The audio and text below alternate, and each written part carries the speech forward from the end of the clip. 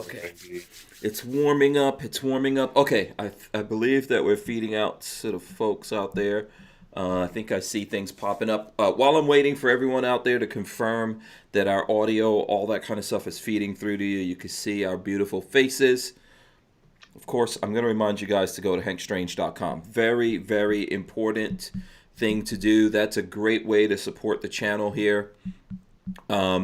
You can sign up for the email list here. I'll actually share it real quick this time. Hank Strange, there you go. Email list pops up. You can click on email list here if you want to. If you're looking for different ways to support us and you go on Strangerholics, that takes you to all the different places you can go and support us. This light bulb one is mine, which is still out there operating, believe it or not. And I think a very good place for people to go to right now. So I know YouTube is YouTube's not YouTube, but the what is it? Apple, iPhone, all those guys. Google is threatening on coming down on them, but they can't really do that much to them. So you can find all of that on hankstrange.com, as well as you will be able to find patches. We have several patches available. There we go. That's the this is the blaster patch. No, this is the blaster patch, and this is the broadcast patch. You can get those there. You can also get our 2020 was hell in a handbasket patch. People have been buying these up, and you get patches, you get free stickers thrown in there. You can also just buy the stickers if you want, if you don't want the patches for whatever reason. Okay, hankstrange.com, that's the place to go to. I am going to load up my guests here, and then I'm going to get okay, there we go. All right, and then we're going to open the show up. Let's do this. Welcome back to the Hank Strange Situation. All right, guys, don't forget to subscribe to the channel, smash the thumbs ups, ring the bell so you can be notified every time we go live, and we are live right now. I hope everyone has the big girl panties on out there. First thing that we do, we've got someone new in here, Matthew Larosiere. I know I'm going to mess that up. We'll figure out from him exactly how to say it. Matthew, we do jazz hands here. This is how the jazz hands goes. Crump, you got to do it. Don't even try it, Crump. There you go. There you go. I don't even know if those are really Crump's hands. I'm not sure. Doesn't look like his hands. We are live. This is episode 712 of the Who Moved My Freedom podcast. I'm your host, Hank Strange, and as I said, our guests are Matthew Larosiere. Am I saying it wrong? Tell me. You can tell me. No, you're doing pretty good. All right, cool. Yeah. Welcome to the show, Matthew. Thanks for having me, brother. Thanks for coming in here, and I'm going to go on the big screen here for a second. Obviously a handsome man, but the gun's behind him. I mean, come on now. Don't touch them though. Don't touch them. The YouTube minders are watching us. We'll get in trouble. But that's a beautiful sight behind you. I could see, if you shift your head a little bit, I could see at least two bullpups. Oh, there you go. Boom, two bullpups in the scene, and then I'm guessing some machine guns and all kinds of awesomeness in there. So that's fantastic, man. Yeah, machine guns are fun. Yes, loving it. So we're going to get to know Matthew here. We also have John Crump coming to us from New York. This is your Brony Man cave you're coming to us from? It's one of my nieces. I'm staying over at their house, and I'm just crashing here for a few days. Yeah. Okay. All right. Looking good. Enjoying all the brony stuff in the background. And the pink room that goes great with your complexion. Looking good. Thank you. Yes. And last but definitely not least, my friend Roy Hill of Brownells. There he goes. Look at that awesome Lotlau shirt. Loving it, man. Yes. Represent, baby. Gotta yes, represent. Absolutely. Lotlau. Which, if folks out there don't know, that stands for Lifestyles of the Locked and Loaded, which happens to be the channel that you're watching right now. And everyone should have one of those awesome shirts. So with the red Ferrari and the Hawaiian print, I feel a desperate need for a helicopter and a 1911. So yes. I don't know what's going on here, but just overwhelming urge for a helicopter and a 1911 right now. So. There is a 1911 hidden in that shirt. There definitely is. I hid one in there. Found it right there. Yes, definitely hid one in there. And I see Matthew's got, I think, that's a 1911 behind you, right? Nope. Yes. No. What is that thing behind you? Hold on. Let's see. There's something else hidden right Well, here. it's a different 1911. You mean over my over on the camera, right? Yeah.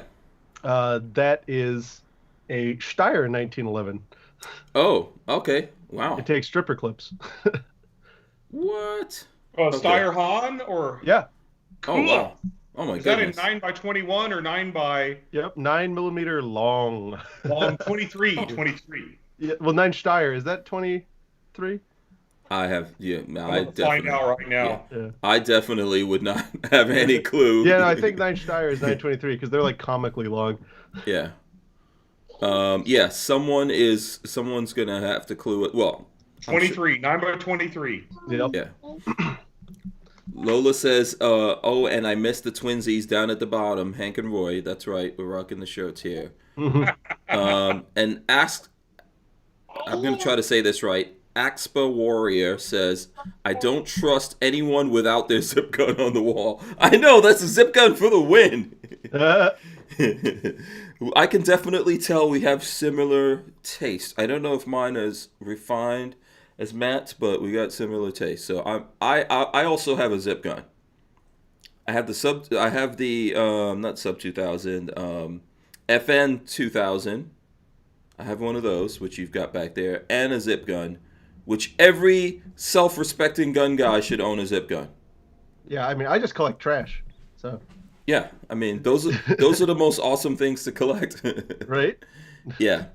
All right, so let's see. How's everyone doing out there? Cold. It's cold. I know, cold. I saw you were posting up snow pics, Roy. Oh, good grief. Yeah. Yeah, we're and then in a few days we're going to hit that about week stretch here in Iowa where it does not get out of the single digits, and we're like at negative 18 at night. So I'm really looking forward to that. Yeah, I got hit by a blizzard up here. Yeah. Yeah. So definitely Crump. I know Crump doesn't look happy. It's cold up there. He's in the girls' room and everything right now. But there's good reasons for that. But it's all, I don't know if you even want to talk about that stuff, Crump. Mm-hmm. We should just probably try to have fun a little bit, right? Yeah. Yeah. For all those out there, my niece have been doing too well, so we had to come off the knee. That's basically it. I'm sorry to hear that, man. Our heart goes out to you and your family on that whole thing. For sure. Yeah. So we'll try to lift your spirits a little bit. While you're out there doing that, we'll try to have some fun tonight. Control Pew is out there. He says, I will only work with lawyers who proudly display their zip guns. I will continue to display it with pride. Yes. Yeah. So let's Pew's see. The best. And you know, it's cold here too. I think it might have gotten 60 or below. Oh my goodness! Yeah. Endeavor the knife goes in and it twists. Endeavor to persevere. Yeah. So I mean, I had to find a sweater. Oh boy. Yeah. So where are you, Matt?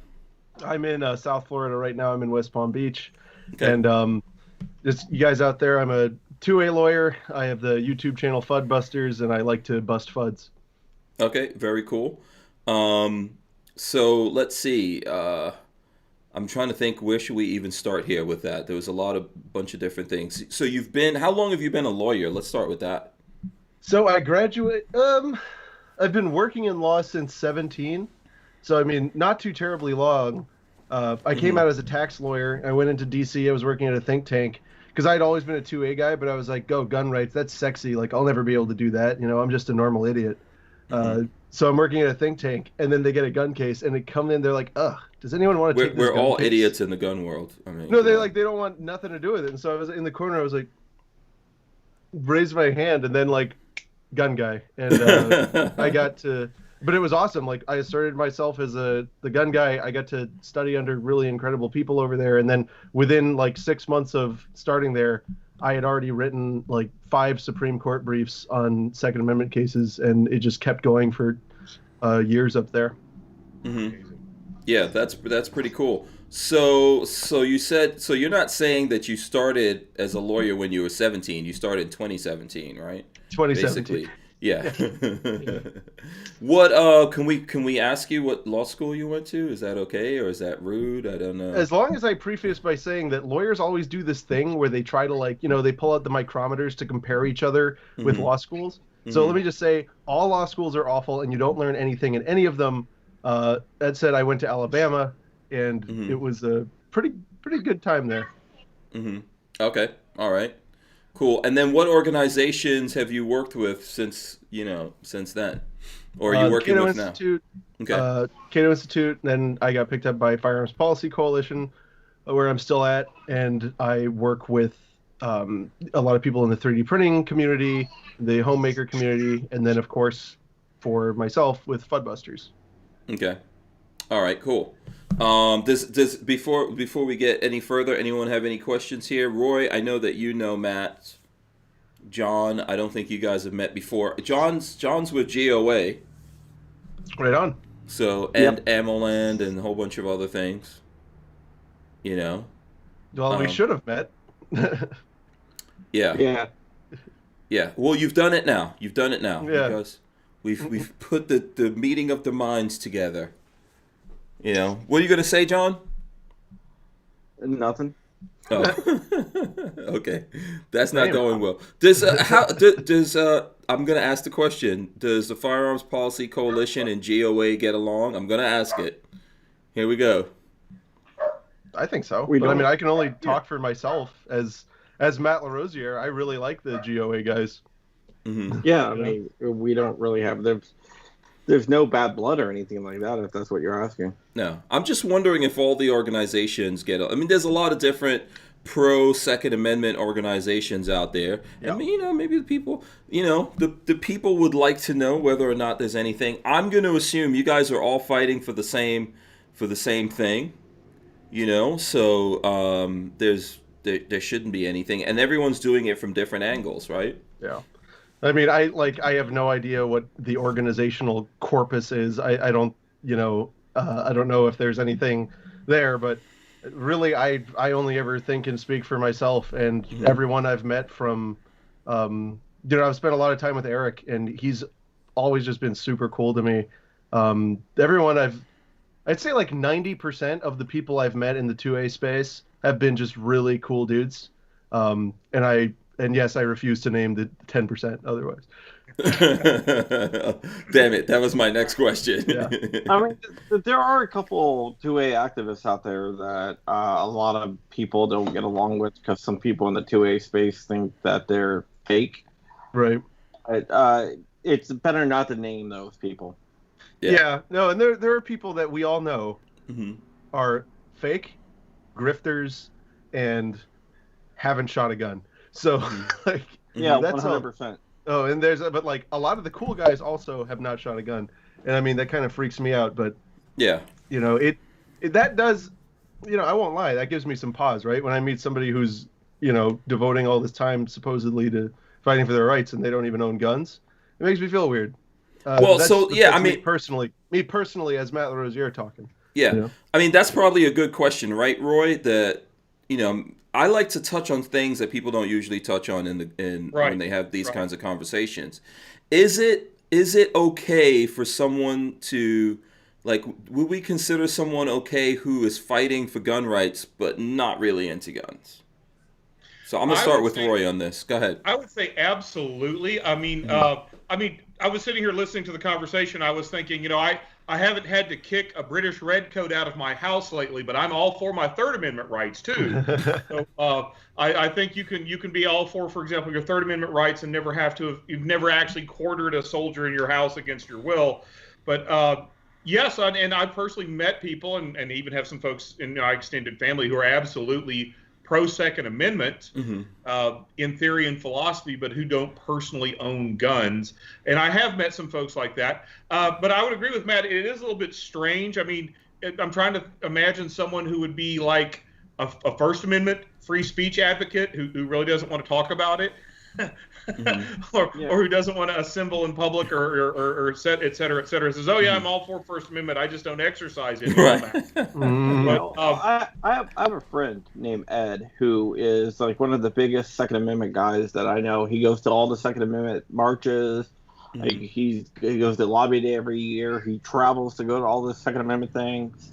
So like, Ed, why don't you ever go shooting with me? He goes like, I don't own any guns. So I was like, but you go to all these Second Amendment stuff. He's like, yeah, I really don't like guns. Like, but you go to all these Second Amendment stuff. And he's like, well, I don't like guns, but I like all my other rights, and this is the right that come in after the most. So this is where I'm going to draw my line in the sand right here, so they don't come after all the other rights. Well, let me tell you how I tier it.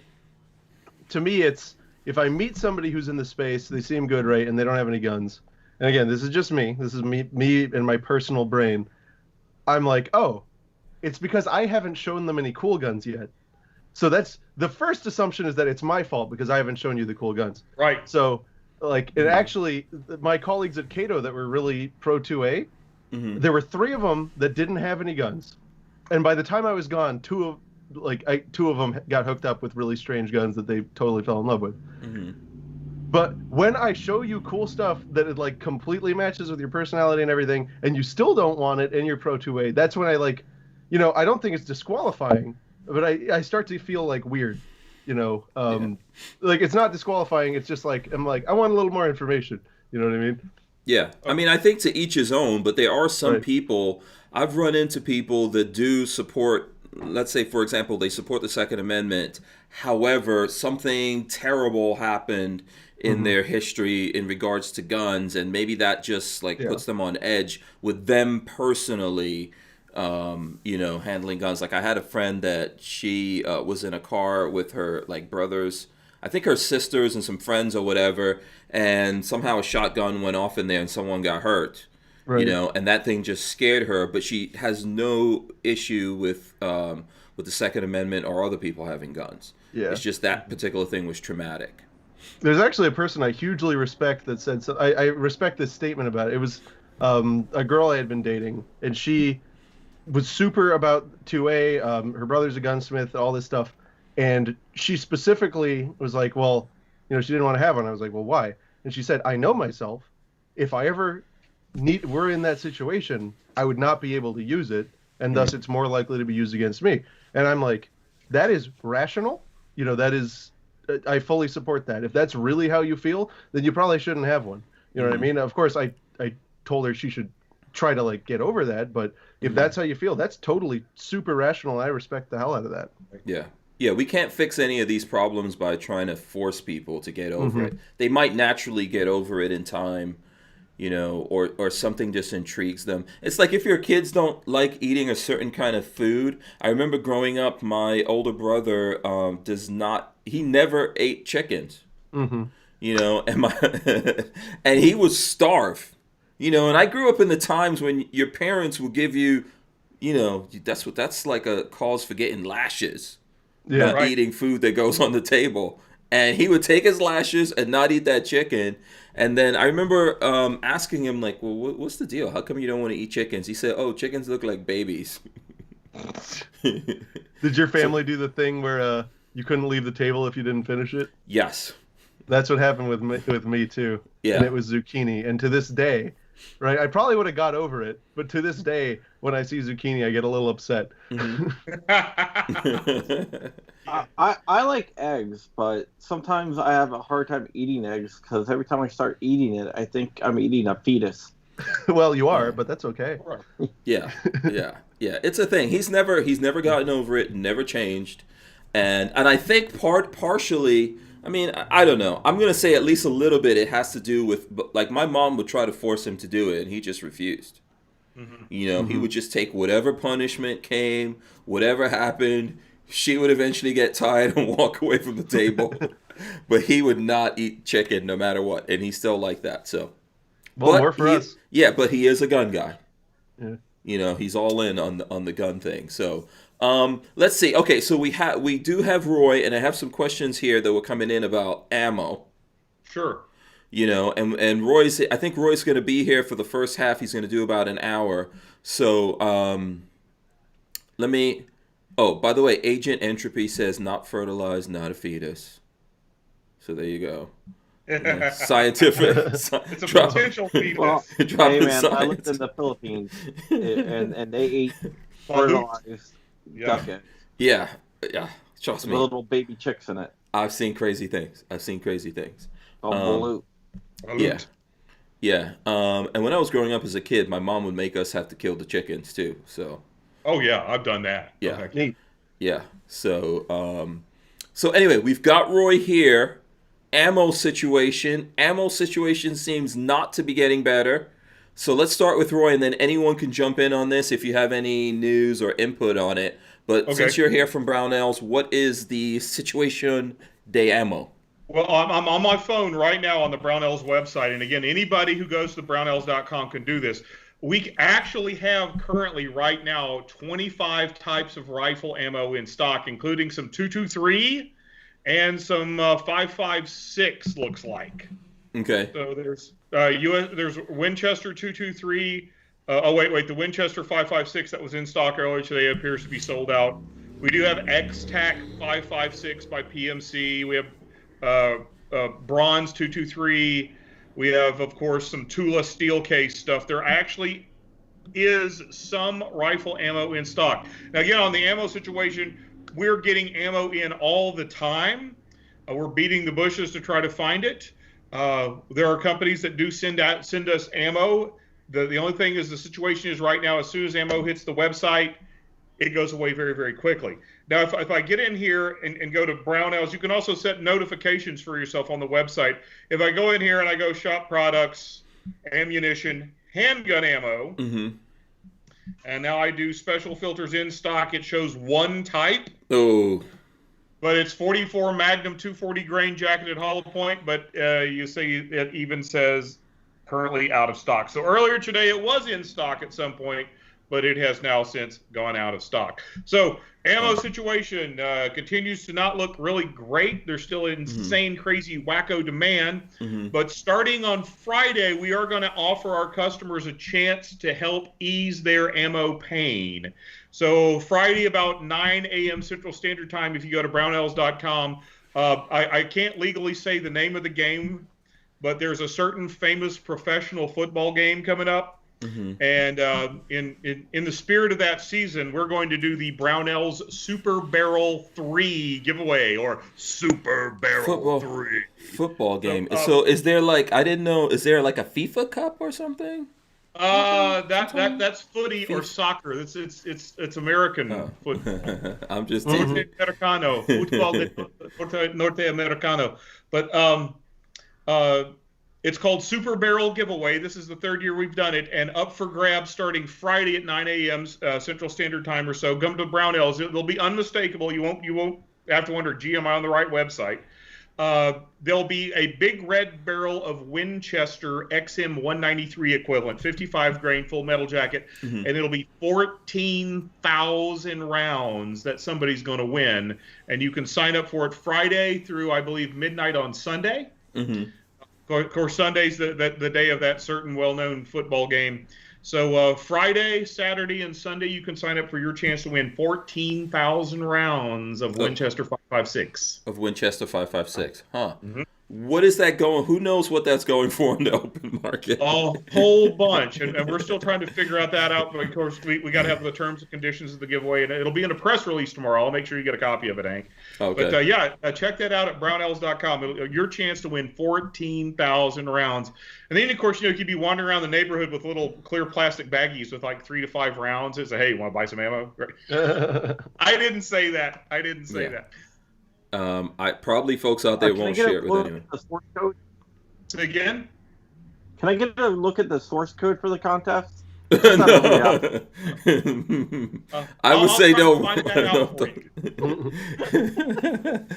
Roy, I would not give John Crump the source code. Source code, right? No, not for that contest. That would be bad. Yeah, Roy would like to keep his job for a while longer. So. Yeah, you might as well just get his address and forward the ammo over there. I'll be on a street corner doing this, right? Yeah. Yeah.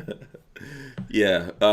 So I know Axpo Warrior says, how much does the winner have to pay to keep their name private? He also said, I've never needed to win a Super Barrel more in my life. Right. I'm thinking a lot of people are feeling that way. And again, I want to say, I work for Brownells. I'm in the industry, and I have trouble getting ammo. So, I mean, it affects us all. Right. And then Razor JB has a sentiment for the NFL that I agree with. I'll just put it up there. I'll just put his hashtag up there that everyone can see. You know what? I mean, so okay, Well, let's. I didn't even name the league. I just said a Right, certain football game. right, exactly. Who's into sports? I'm not into sports. Roy, you're into sports. I love Okay, John. college basketball and college okay. football. I'm a junkie. Yeah, I'm not I'm a really. hockey guy. You're a what guy? Hockey. Hockey. Oh, okay. Go Caps. Oh, okay. All right. All right. Yeah, not into sports. Not into sports at all. Let's see. There's some questions here. I'm trying to see if there's. Oh, some people asking if there's free shipping. Gen Champ Jr. wants to know if that barrel has free ship. Better. I'll check into that. All I know right now so far is when it starts and what we're giving away. Yeah. So I don't know whether or not you could talk about the value of that. I'm gonna put that street value. I'm gonna say 20 grand. It's a bunch. Yeah. I don't know if it's 20 grand or not, but it's up there. But I mean, 14,000 rounds. I mean, if it's $1 a round, it's 14. But I don't think it's going. I don't think it's going for $1 a round quite yet. Not 556. Oh, okay. Right. All right. We'll see what's If going it on. were 300 blackout, it would be an unimaginable amount of money. 300 Oh my blackout? goodness. Oh, okay. Right. Yeah, I had to fight, scratch, and claw and come up with a miracle to get some 300 blackout for the Gundy's range day. It was nuts. And then you put them in the like 2 or 3 at a time. Right, Yeah. 5. It was 5 at a time, right? Doling them out very slowly, yes. Yeah, Yep. let's see. All right, so a bunch of different things going in here. Let me see. Agent Entropy says, Hank/Roy, can you talk about the BRN 180s? The gas setting are weird. Labeled 1 and 2, not U or S. So that's the. What do you know about the BRN? Gen 1 or the Gen 2 he's talking about? Yeah, which one do you have, Agent Entropy? Gen 1 or 2? I don't have. I've got a Gen 2, but I don't have it here to take a look at it. I'm trying to remember if that was. I've got a Gen 1, but it's in the other room. I'd have to go run upstairs to go grab it. Mm-hmm. I'd have to just get one in my hand and take a look. Mm-hmm.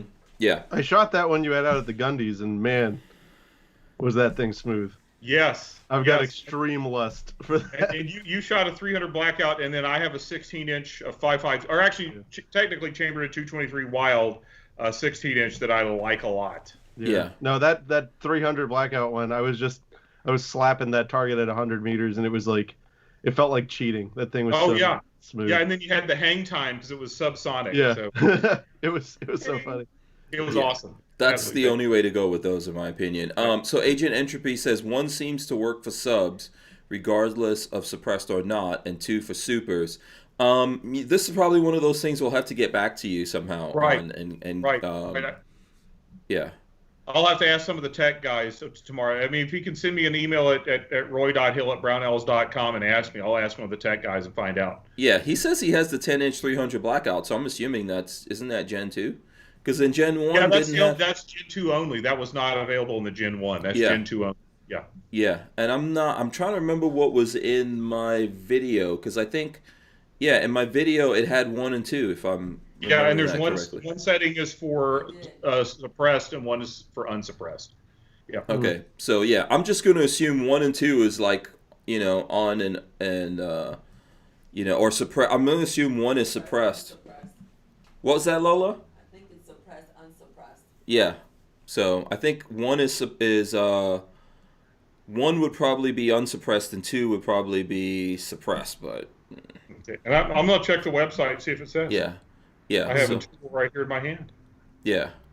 Brian Quick, who is going to kill us with circle back jokes, says Brownells will have to circle back about how to read the owner's manual. He's just I don't know if you guys are aware of the circle back thing going on. Right, now. Jen Psaki, or whatever her name is, the new press secretary at the White House. Yeah. Go ahead, John. She somebody asked her about Space Force. Mm-hmm. The new press secretary. Somebody asked her about Space Force, and she started making jokes about it because I guess she didn't think Space Force was a real thing. Oh no! And they're like, yeah, it was bad. Wow. Okay. And Brandon George says caps, caps, caps. There you go. So you got a fellow fan. Absolutely. You got a fellow Hell fan yeah. out there. JF Kennedy 1961 says I donated to FPC and GOA. Will that be enough to block HR 127? You guys want to jump into the HR 127 thing? Who wants to talk about this here? What'll be enough to block HR 127 will be not ending the filibuster. And we have two solid Democratic senators that have vowed not to cast that 50th vote. So that means we need two Republicans to cave on the filibuster. And I think, like, regardless of the Democratic senator's stance on guns, a lot of them are aware enough, right, of the constitutional import of that function. So what you'd need, so what you should be thinking about is what it would take to pass. I don't know how I feel about the amount of panic we've had. Of course, we should always be looking at these laws as they come up, but we need to be realistic and we need to really assess what's going on so we don't expend all of our energy all the time fighting in every direction. So we'd need to either A, lose the filibuster, or two, have every single, senator who is allegedly pro-gun not have the, intestinal fortitude to stand up and do it. Yeah. So that's what you'd really need to happen. Mm-hmm. To have it go through. Mm-hmm. Yeah, I 100% agree. Right now, I think the fight is with the filibuster, to save the filibuster than anything else. Because if we save the filibuster, there's no way they're going to get it through. Mm-hmm. So if we concentrate on the filibuster, not only do we stop this bad law, but we can stop a lot of other bad laws. And more importantly, we can stop the packing of the court. Mm-hmm. Right. And on top of that, so that doesn't mean that stuff won't get through, because and look, I hate to tell it to some of you guys, but your political parties don't mean a damn thing. Mm-hmm. If it sounds reasonable to a senator staffers or a congressman staffers or whatever, that's what's going to go through. Because I'll tell you, and I mean, John, you might feel the same way too if you're a realist. But I spent a couple of years in D.C. and I know that those politicians aren't the ones calling the shot. It's a bunch of high-functioning 20-something-year-old alcoholics that are reading the bills. Mm-hmm. I live in D.C. Right outside D.C. and I've told Hank behind the politicians don't read the bills. They don't write the bills. This all comes from someone else. A lot of times when they propose the bills and they're like a co-sponsor or sponsor, they have no idea what they're sponsoring or co-sponsoring. It's either their aides writing it or special interest that's writing it, the lobbyists. Which is why all these bills look so similar, because they just copy paste off of each other. And that's why the real most important thing to do if you want to save gun rights in this country is move the Overton window and just talk about these things, why they're irrational, why they're immoral, out in the open. And that way, when the public consciousness has these understandings, it becomes hard for those alcoholic 20-something-year-olds who are calling the shots in Washington, D.C. to stomach something and make that recommendation to their to my boss, as they always call them. Mm-hmm. Okay. What is the Overton window? I'm gonna have to look that up now. So that is like that is the space of what is publicly acceptable and what is I mean, that's like kind of the short version. And so, like, let's say in the 1990s, the window was here and like legalizing weed was way out here, right? Okay. And so as we kept talking about it, as time went on, it shifted, right? Mm-hmm. And now it's right here, square in the middle. And so with gun control, the way the pro-gun messaging is, frankly, it's all over the place and the window is just shattered. So we need to clean that thing up and establish a sound policy public narrative so that everyone can agree. Like I think it would be totally possible within 5 years for us to have SBRs and SBSs and suppressors deregulated, because virtually every gun owner can agree that it's irrational, but we can't agree on a way to communicate it. Mm-hmm. Okay. Roy or John? Yeah, I 100% agree with that. I think deregulating SBRs and SBSs is very, very doable. And I think it can be done within the next 5 years, just like Matt says. In a rational world. Yeah, in a rational world, Yeah. but you have all these different special interests and all these different people that are actually competing against each other, and that's where the grifters come in. The people who try to push, their own agenda for their own money or their own fame or whatever, and it actually takes away from a lot of the actual real work that groups like GOA and FPC are doing. Right. I've got a couple of different takes on that. Number one, we've definitely in the last 20 years seen an Overton window shift on the topic of, for example, concealed carry. Because I'm old enough to remember the days before concealed carry, but even my own native state of Arkansas was Act 419. I think that was like 1994, maybe 1995, and as many states had to be dragged kicking and screaming into concealed carry world. Even though you may have states with really restrictive protocols and may issue instead of shall issue, now every single state has some form of concealed carry. Now, some of them may be impossible to get, except for the politically well-connected, but you're also seeing more and more states shifting over to constitutional carry, as it's called, or just the Second Amendment is your carry permit. Right. Another example I can think of on the state level is Iowa. I've been living in Iowa for 9 years. I don't remember exactly how many years ago it was, but it's pretty recently, like within the last 4 or 5 for sure, that SBR, short-barreled rifles, short-barreled shotguns, and suppressors were against Iowa state law. Yep. Federal law notwithstanding, we were not allowed to own them under Iowa state law. And then, of course, that shifted, more and more states and more suppressors.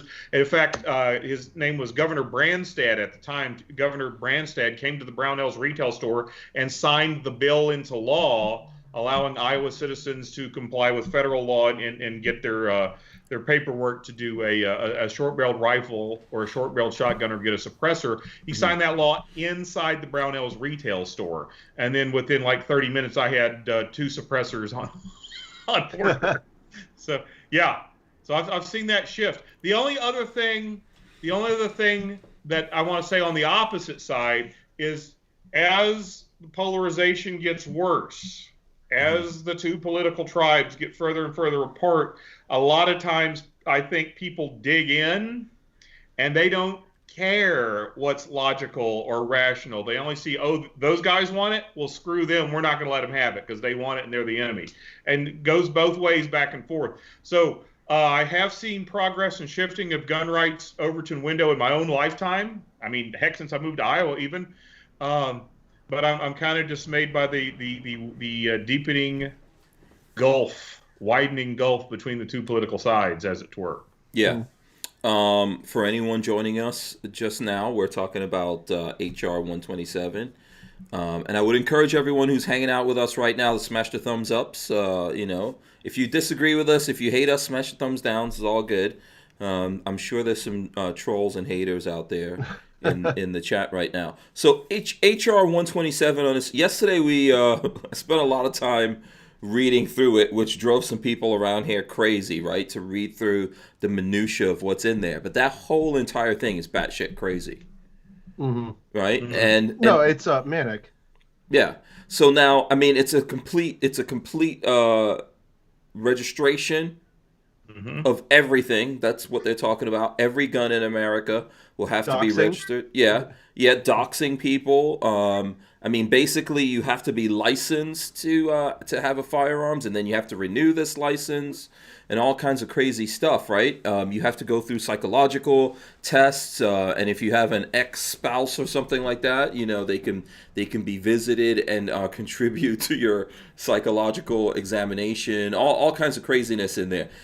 Here's my thing: as crazy as that seems, are we, as Roy is saying, so polarized and so everything is shifted one way or the other? I think for the folks on our side, I've got no plans of negotiating with anyone when it comes to the Second Amendment, right? And then those guys are over there like, yeah, we're gonna take this Second Amendment thing down. Are we really standing a good chance of something like this being pushed through? Maybe as people saying, all it takes is someone like Romney or whoever else out there in the Republican Party that's really doesn't support the Second Amendment to get on those guys' side and kill the filibuster.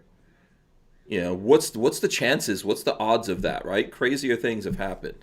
Well, I mean, by my current count, there would have to be 12 Okay. votes to kill 12 flips. Mm-hmm. So let me just pose something for you guys. Mm-hmm. You guys spend any time in gun stores in the past year since the current global events have occurred? Mm-hmm. Yeah. Who have you seen buying blasters? Everybody. Yeah, everyone's Right, buying it, but lots of people who were not doing it before. That's Eight- the main thing. Yeah. 8 million first-time gun owners, according to the NSSF. 8 And look, million. yeah, I've got a buddy. He's a gun store. I'm a partner with him there, and I go there, Mm-hmm. and I see some of the people I've seen from my neighborhood. I'm like, hey, I know you. You hate these. Mm-hmm. And suddenly, so look, basically what I'm saying is this pandemic has changed people. Mm-hmm. For a whole generation now, there will be a whole generation of people who can no longer have the luxury of saying, I don't understand why you would ever want to buy a gun. Right. On top of that, those people are going to sit there and look at this and go, wait a minute, that's my address I got to put on there. Right. And if you think a lot of them, Democratic senators and Congress people or whatever, anti-gun, I don't even like to use the political party because it's totally, not relevant. We're in Florida. Who took our gun rights away most recently? The Republican Party. Mm-hmm. It's personal to them now. I think this might be one thing where the chaos and the tragedy has drawn us together, and it can, if we can message right. I just don't think that we're going to get something this extreme with how many people are now like, I kind of get it, Mm-hmm. Okay. All right. What do you guys think about that? Anyone agree with that? Disagree with that, Roy? If those people and all the demographic information from the NSSF about gun buyers, et cetera, yes, more and more folks who are urban, more and more folks who belong to certain minority groups, more women are buying guns now than ever before. If, say, and again, a certain party known for its gun control stance tries to push through, if people who vote for that party call their own senators and congressmen and say, hey, I vote for you, don't do this, that would be a huge thing. I'm not going to pretend to have enough information to prognosticate and figure out would they actually do that. Mm-hmm. But I could, the sheer numbers alone could cause some folks to rethink votes in Congress.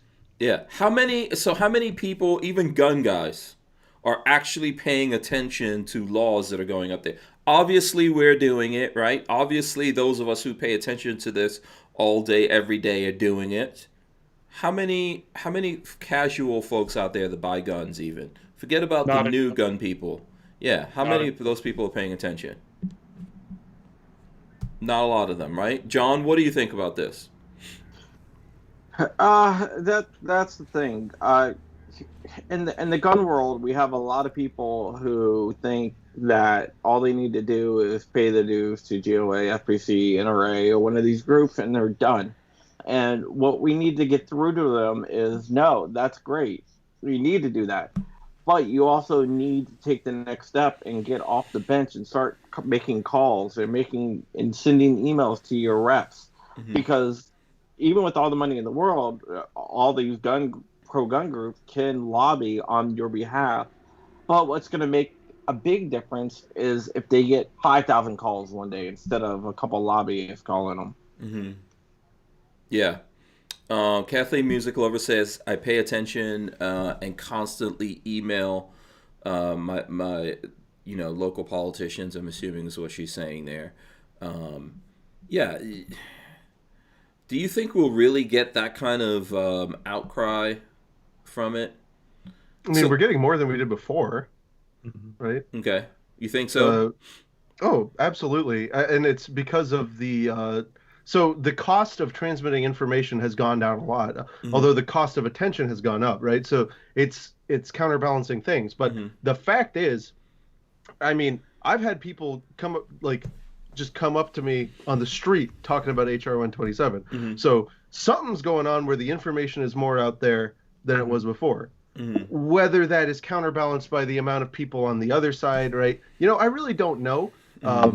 Frankly, I don't know that many aggressive anti-gun grassroots people. Like, I'd say I know probably about, and I keep a broad book of context, right? I like to keep open to all the different views, but I figure, I mean, how many people do you know that are anti-gun, like that have like anti-gun instincts that would write their Congress people versus how many people who are pro-gun that would do it? I think there's a lot more people on the pro-gun side. So if that makes. Yeah.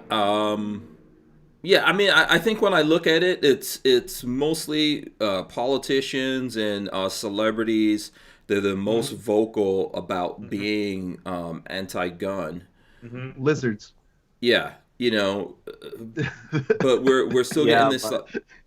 They have a lot of money on that side. Yeah. A lot of money. And you've got some big billionaires out there that that seem to have the money in it and are getting into these things more and more and more. It looks to me like the states are the best opportunity to do things about this. I'm not saying don't get in touch with the national politicians, but it looks to me like the states. And even one of the news things that I had prepared to talk to you guys about, let me see if I can pull this up. Actually, the states. Go the ahead. states are definitely, for both sides, where the battle is really taking place. And I love our national group. I love GOA. I love FPC. But when you're giving some of that monetary love, make sure you give some of that monetary love to like groups like in Virginia, for example, we have BCDL, your state groups, because they're going to make a huge difference. Yeah. We got to remember, right? And a lot of times the national orgs kind of gloss this over, but the Constitution was not designed to have the federal government doing this type of law. And they experience hurdles, right? Even still to this day, whereas the Supreme Court has thrown away virtually all of the encumbrances to the Constitution, right? They still have trouble. So it is the design of our system that these battles be fought, won, and lost on the state level, on a much closer level. And so we shouldn't pretend that that's not the case. Yeah. Here, let me throw up this article. Lola actually found this and sent it to me. What did I just do? Okay, here we go. Boom. Let's throw this up here. All right, so this is from Tulsa, Oklahoma. Sheriff declares Cherokee County Second Amendment sanctuary. Cherokee County Sheriff Jason Chenot issued a declaration on January 25th, making the county a Second Amendment sanctuary. I, Cherokee County Sheriff Jason Chenot, am joining other sheriffs across the state of Oklahoma who have declared their counties to be a Second Amendment sanctuary. It's my intention by making this declaration to enforce our citizens' rights to bear arms as guaranteed by the Second Amendment of the United States Constitution. As Sheriff and Chief Law Enforcement Officer of Cherokee County, Oklahoma, it will always be the goal of the Cherokee County Sheriff's Office to provide service and protection to the people of Cherokee County without infringing on the rights of Cherokee County citizens who choose to possess firearms to protect themselves and their property. I'm also announcing my support and asking you to do the same of Senator Warren Hamilton's Senate Bill 631 of the first session of the 58th Oklahoma State Legislature, 2021. If Senator Hamilton's bill is passed, it will make the entire state of Oklahoma a Second Amendment sanctuary. And then the Sequoyah County Sheriff followed suit and declared his county a Second Amendment sanctuary as well on January 26th. What do you guys think about that? I just want to say that I actually, for a year, lived in Sequoyah County, Oklahoma, and Cherokee County, Oklahoma is where Tahlequah is. Heck, dude, I've covered high school football in Tahlequah, Oklahoma, so I know exactly what that part of the country is all about. I even lived in one of those counties for a year when I moved back from Wyoming. So the Second Amendment is very much part of the culture there. I mean, the joke would be, if you don't have a .22 rifle when you're born, they issue you one, when you're old. So I'm all for that, not surprised about that at all. And having grown up in that part of the world, I grew up in Arkansas, but very, very close to that part of the world.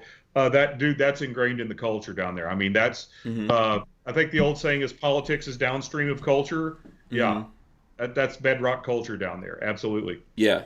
Hopefully we see more of this, and we see some of these states competing to be the first, second, third states to get up on declaring their entire states as Second Amendment sanctuaries, including Florida. I would like to see. I haven't heard any buzz of Florida. I think I've heard some of Texas. I don't know if either Matt or John have heard anything about that, or what you guys think about the whole idea of Second Amendment sanctuaries. The idea is wonderful. This is crap. I'm sorry. This is garbage. Like, I see so many. It's a wonderful idea, and then when they have this opportunity to come up and do it, I'm reading this bill that the sheriff is supporting. It doesn't do anything. Okay. It's just a promise. It's an empty government promise. They can bind themselves to these promises. It says no funding, blah blah blah. That's all cool. What about when you do it? There's no enforcement provision. There's a right way to do these, and that is by triggering a civil remedy where anyone who does anything that's listed, you automatically get $25,000, something like that. That's how to do this, but they won't do it. They won't tie their own hands. And look right here. Look at this.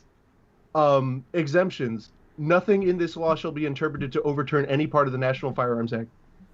So then what's the point? Thanks for nothing, loser. Yeah. I hate it. Oh. I hate it. Oh, okay. Yeah. Because they get all these points. They get all these pro-gun points, and they didn't do anything. Yeah, you're making a good point there. There's no teeth. There's no claws. It's soundbite to rally votes. Is what you're saying. Yeah.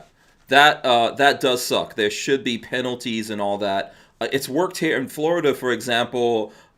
Separate counties, cities, etc. can't make their own laws in Florida, and one of the ways that we stop that here is by going after them civilly. Although I think, did they overturn that last year?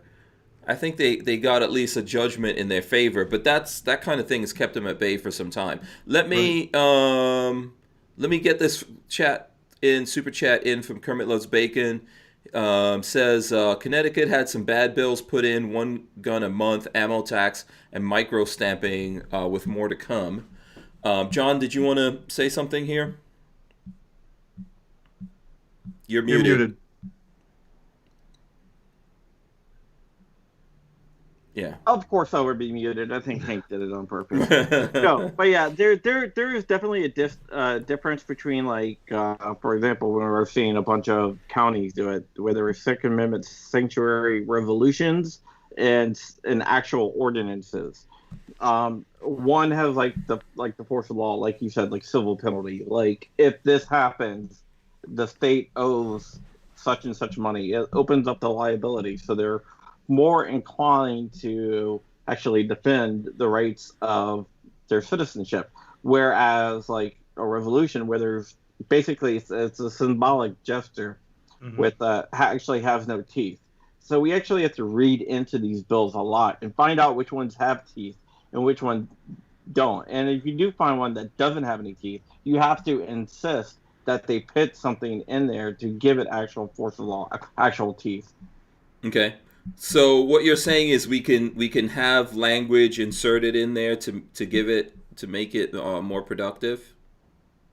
No, if they introduced it like Matt was saying, if they introduced it with like a civil fine, or the locality has to pay out a certain amount of money if they violate someone's Second Amendment rights and stuff like that. Right. They're a lot less likely to let the federal government or someone else violate their citizens' Second Amendment rights if they know they're going to have to pay out because of that. Well, they can't prevent the feds from doing anything. No. Yeah, so that's another funny twig in this. So, like, yeah, obviously the states can't repeal federal law. All they can do is prevent their own agents from enforcing it. Yeah, like, so obviously it's not repealing. No, yeah, I just, sorry, I get obsessive because people like to call us out in the comments, Yeah. Well, you're a lawyer. You're doing everything I expect a lawyer, you should be doing.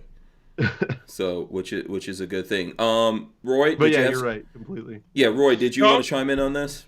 I was just looking up. I mean, for example, some things that happened in the fairly recent past. At the Supreme Court case Gonzalez versus Raich, or however you say that, from Kansas, because Kansas passed a state law saying essentially that if firearms made inside Kansas weren't subject to federal law, and these guys, was it suppressors or machine guns? I think it was suppressors. It was a suppressor case. Suppressors, and I think, are those guys still in federal prison? Well, out. That was a bad case. That was a bad case. Okay. Yeah, that and Gonzalez was before that as the Commerce Clause thing, but yeah, no, the Kansas case, the person had admitted to using surplus suppressor parts, which then kind of throws out the whole Commerce Clause defense that he would have had. Yeah, and I think the last time you and I were talking about Gonzalez, we had about like 8 more drinks in us. Right. That may have happened, yes. Yeah. Right. It was fun, though. That was a bad case, right? It's like the old Miller case with the sawed-off shotgun. Yeah, that case was a mess. 30s or whatever. And the guy was dead before they even decided it, which is weird. Like, it was such a... You guys should read about Miller. It's a really fascinating, first big Second Amendment case. Yeah. Isn't that the one where they said since it was so short that it could be used as a weapon of war?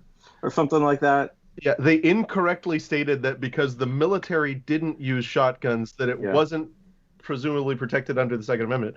But so I think like going to Miller logic would actually be pretty good, right? And I think it makes sense that the Second Amendment protects anything that would be useful in overturning the most powerful government in the world, which is kind of a thing that happened right before the document was written, right? I mean, you guys remember that part? Yeah. Yeah, I just always laugh because when they're like, "Oh, we have to ban weapons of war," it's like, well, the court actually ruled that if it's a weapon of war, then it's legal. Yeah, it's only weapons of war are protected. Right, because a sawed-off shotgun was not useful for militia service. I think is the wording. Something like that. Right. Let me get this in. DCG 44s. I'm trying to look for people that have useful comments or questions. Here, we've got some trolls, whatever. That's all good. DCG 44 says, I hear you guys, but even symbolic gestures can help change the culture, leading to eventual legal change. What do you guys think about that? I mean, yes and no, right? Oh, John, you want to go ahead?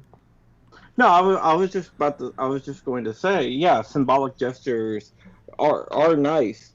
But if we can push them to actually put something on the books with actual teeth, then I think it would do us a little bit better than a symbolic gesture. Okay. The symbolic gesture is awesome until they go, no, look, we did it, see? Right. Yeah. Would I would enough, just rather enough municipalities or states making symbolic gestures, would that help shift the Overton window a little bit, perhaps, in people's minds? Probably. Yeah. But we're gonna probably need some backbone to it. Look, it's a funny thing. Yeah. Are they going in the right direction? Yes. Are they going far enough in the right direction? Not if you're the guy who gets arrested, who gets raided by the ATF. Then no. That would be the answer to that. James Miller gave us a super chat. He says, I hope Matthew is right, but unfortunately I don't think new gun buyers necessarily understand the need for holding politicians' feet to the fire. I think I missed that one. I'll get that in there. And then also we got another one here from CN Arsenal. Do you know who that is, right? Yeah, that's our friend. We hung out with him. Yes. Yeah. Yes, absolutely. I want to hear... The beard guy that looked homeless? Yeah. The very handsome gentleman that you were... No. I know you guys... Weren't you guys doing a podcast or something when we were out at the Gundies? Yeah. All right, so he says, I want to hear Matt's thoughts. He's planting a question. I want to hear Matt's thoughts on developing a universal 2A community shanty. We need cooler things to do at rallies. Okay, yes, this was the homeless dude.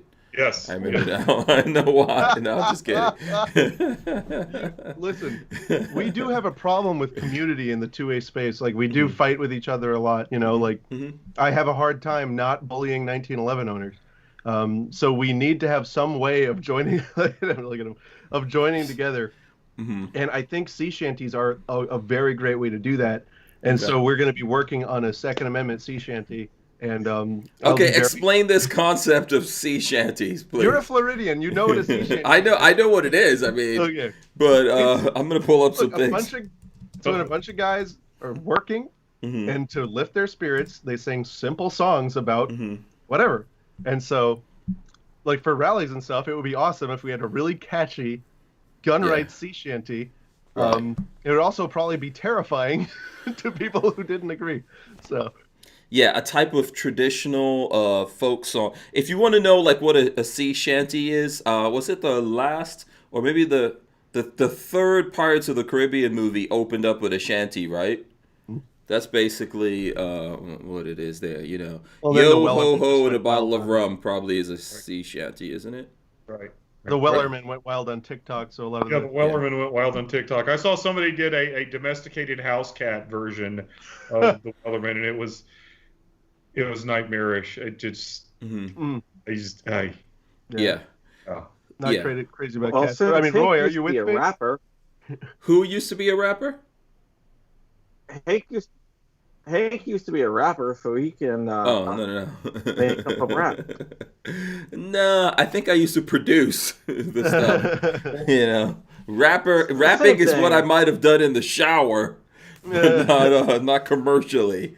So a shanty for the gun rights thing. I mean, Roy, back me up here. It's a good idea, right? Sure. Yeah. I mean, there's all sorts of historical examples of propaganda songs that people sing to buoy their spirits and go, yay, our team. So, yeah. Heck yeah. Yeah. I mean, I know you guys aren't into sports, but every college team has its own fight song. Some of them are world famous. There we go. So we need one. This is true. Yeah. Roy would be the expert of shanties. Shanties usually go along with people being very drunk. Right. Or somehow intoxicated. Problem? Okay. If everyone had loaded guns. Hey, listen, if you got to get people focused, I like the what's the Viking call thing, you know? What are those called? Like they had those Viking chants or whatever that would just scare the enemy. You know, you probably need to figure out one of those things. I don't know the term, but a buddy of mine can read Old Norse, so he can probably tell me what it is in Old Norse. So I'll try to find out for next time. Yeah. Dan Hates You says I can't, or something. I don't know. Yeah. Dan Hates You says I can't talk about Guyana if I can't sing a shanty. Technically, I have pirate blood, but I'm not actually known to sing shanties. No. I'll fix it. Yeah. Yes. Sing one now. No. Definitely not. All right, so there we go. So that was the those are the comments there. Someone will have to come up with that. Talking about Old Norse stuff, the SPLC released something today saying that if you study Old Norse or any type of like Viking mythology, then that you are automatically propagating hate. Really? Right. So everybody with a medieval studies PhD is just SOL now, right? Yep. I mean, I don't want to hear what a terrorist organization has to say about Old Norse. Yeah. Len Holt says Manu Siva Tau. I could see Roy doing that. So there you go. Or we could have what's the Maori haka? We need a pro gun haka is what we need. Yeah, it might work. You know. That'll do. Yeah. That'll be awesome. 42 Chilled says praise the Lord and pass the ammunition song is relevant now. So there you go. Okay. And then someone's asking about like alcohol or whatever. I mean, first of all, none of us are drinking right now that I know of. No. But I don't know what the problem is if you partake of alcohol or whatever, as long as you're not doing it when you're handling guns. Who cares? I don't care. I actually don't care what you do, what you put into your system. It's all up to you, as long as you don't handle, you don't handle heavy machinery or do anything that could put other people's lives unnecessarily at risk. Yeah. We're all... Just generally be reasonable and you should be okay. Yeah. So, and let's see, I was trying to go here. Actually, Roy, I know we hit the 8 o'clock hour. Right. Do you... Can I do my Vanna thing real quick? Yes, let's do that before you get out of here. Right, Let's okay. see. So you've got Shameless something plug. something cool from Brownells this way Yes. comes. Okay. And YouTube censors, this is not a gun. Not a gun. Mm-hmm. I can handle this. Mm-hmm. This is the Brownells MPO scope, the latest version of our mass precision optic. This is the 1:8. It's 30 millimeter tube, goes 1:8. It's got a red dot on the inside. It's got the throw lever. Ooh ah. And the reticle is, of course, illuminated, so you can run it at 1 power like a red dot. Yeah, I like the resistance on that you're getting from that. That looks good. You got to consciously make an effort to crank that thing. Okay. It's windage and elevation adjustable. These are going to be in soon. We announced these back in the third week in January when we were doing our electronic knot show, since certain trade shows were canceled. So it's using a CR123, or is it using a battery at all? Yeah. Yeah, battery on this side, but right there on this side, right there. And let's see, it's got 1/10 millirad or 1/10 mil click adjustment. So, if you're running a flat top AR-15, you want something cool to put on top of it. These will be on the website soon, but this is the latest addition to the Brownells MPO line. Just want to give that a shout out. So how's the 1X on it? Yeah, go ahead. The 1X looks like to be, I've not mounted this on a gun, but I'm looking around my room here, and I'm not seeing a whole lot of change. There's a little bit, of course, when the glass hits, I can tell a difference, but it doesn't seem to be that much of a change, especially things on the opposite wall. But again, to be fair, I don't have it mounted on a rifle, so I'm not sure yet. Yeah, Bricks is asking if it's etched. I'm guessing it looks like it's etched. You can pre-order it. Say again?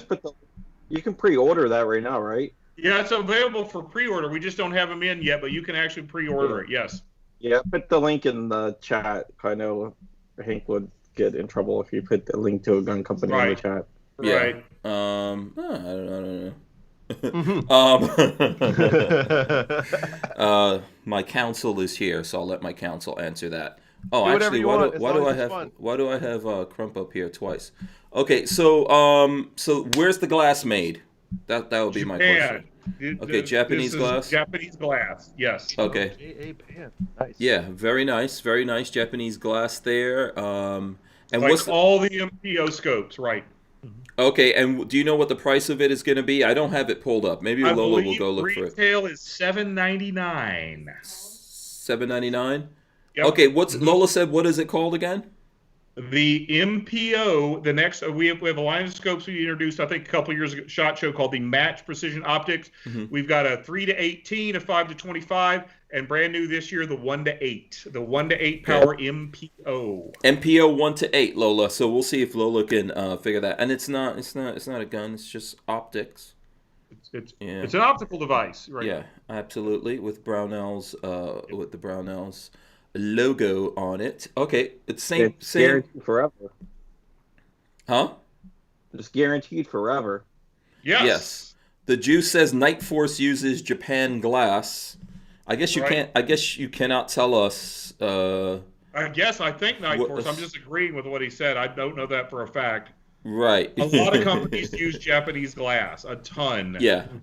It's good glass. So, all right, awesome, Roy. I appreciate that.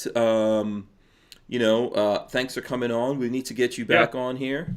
Thanks for having me. I almost don't want to go, but I've got other things I got to go take care of. Matt, great to see you again.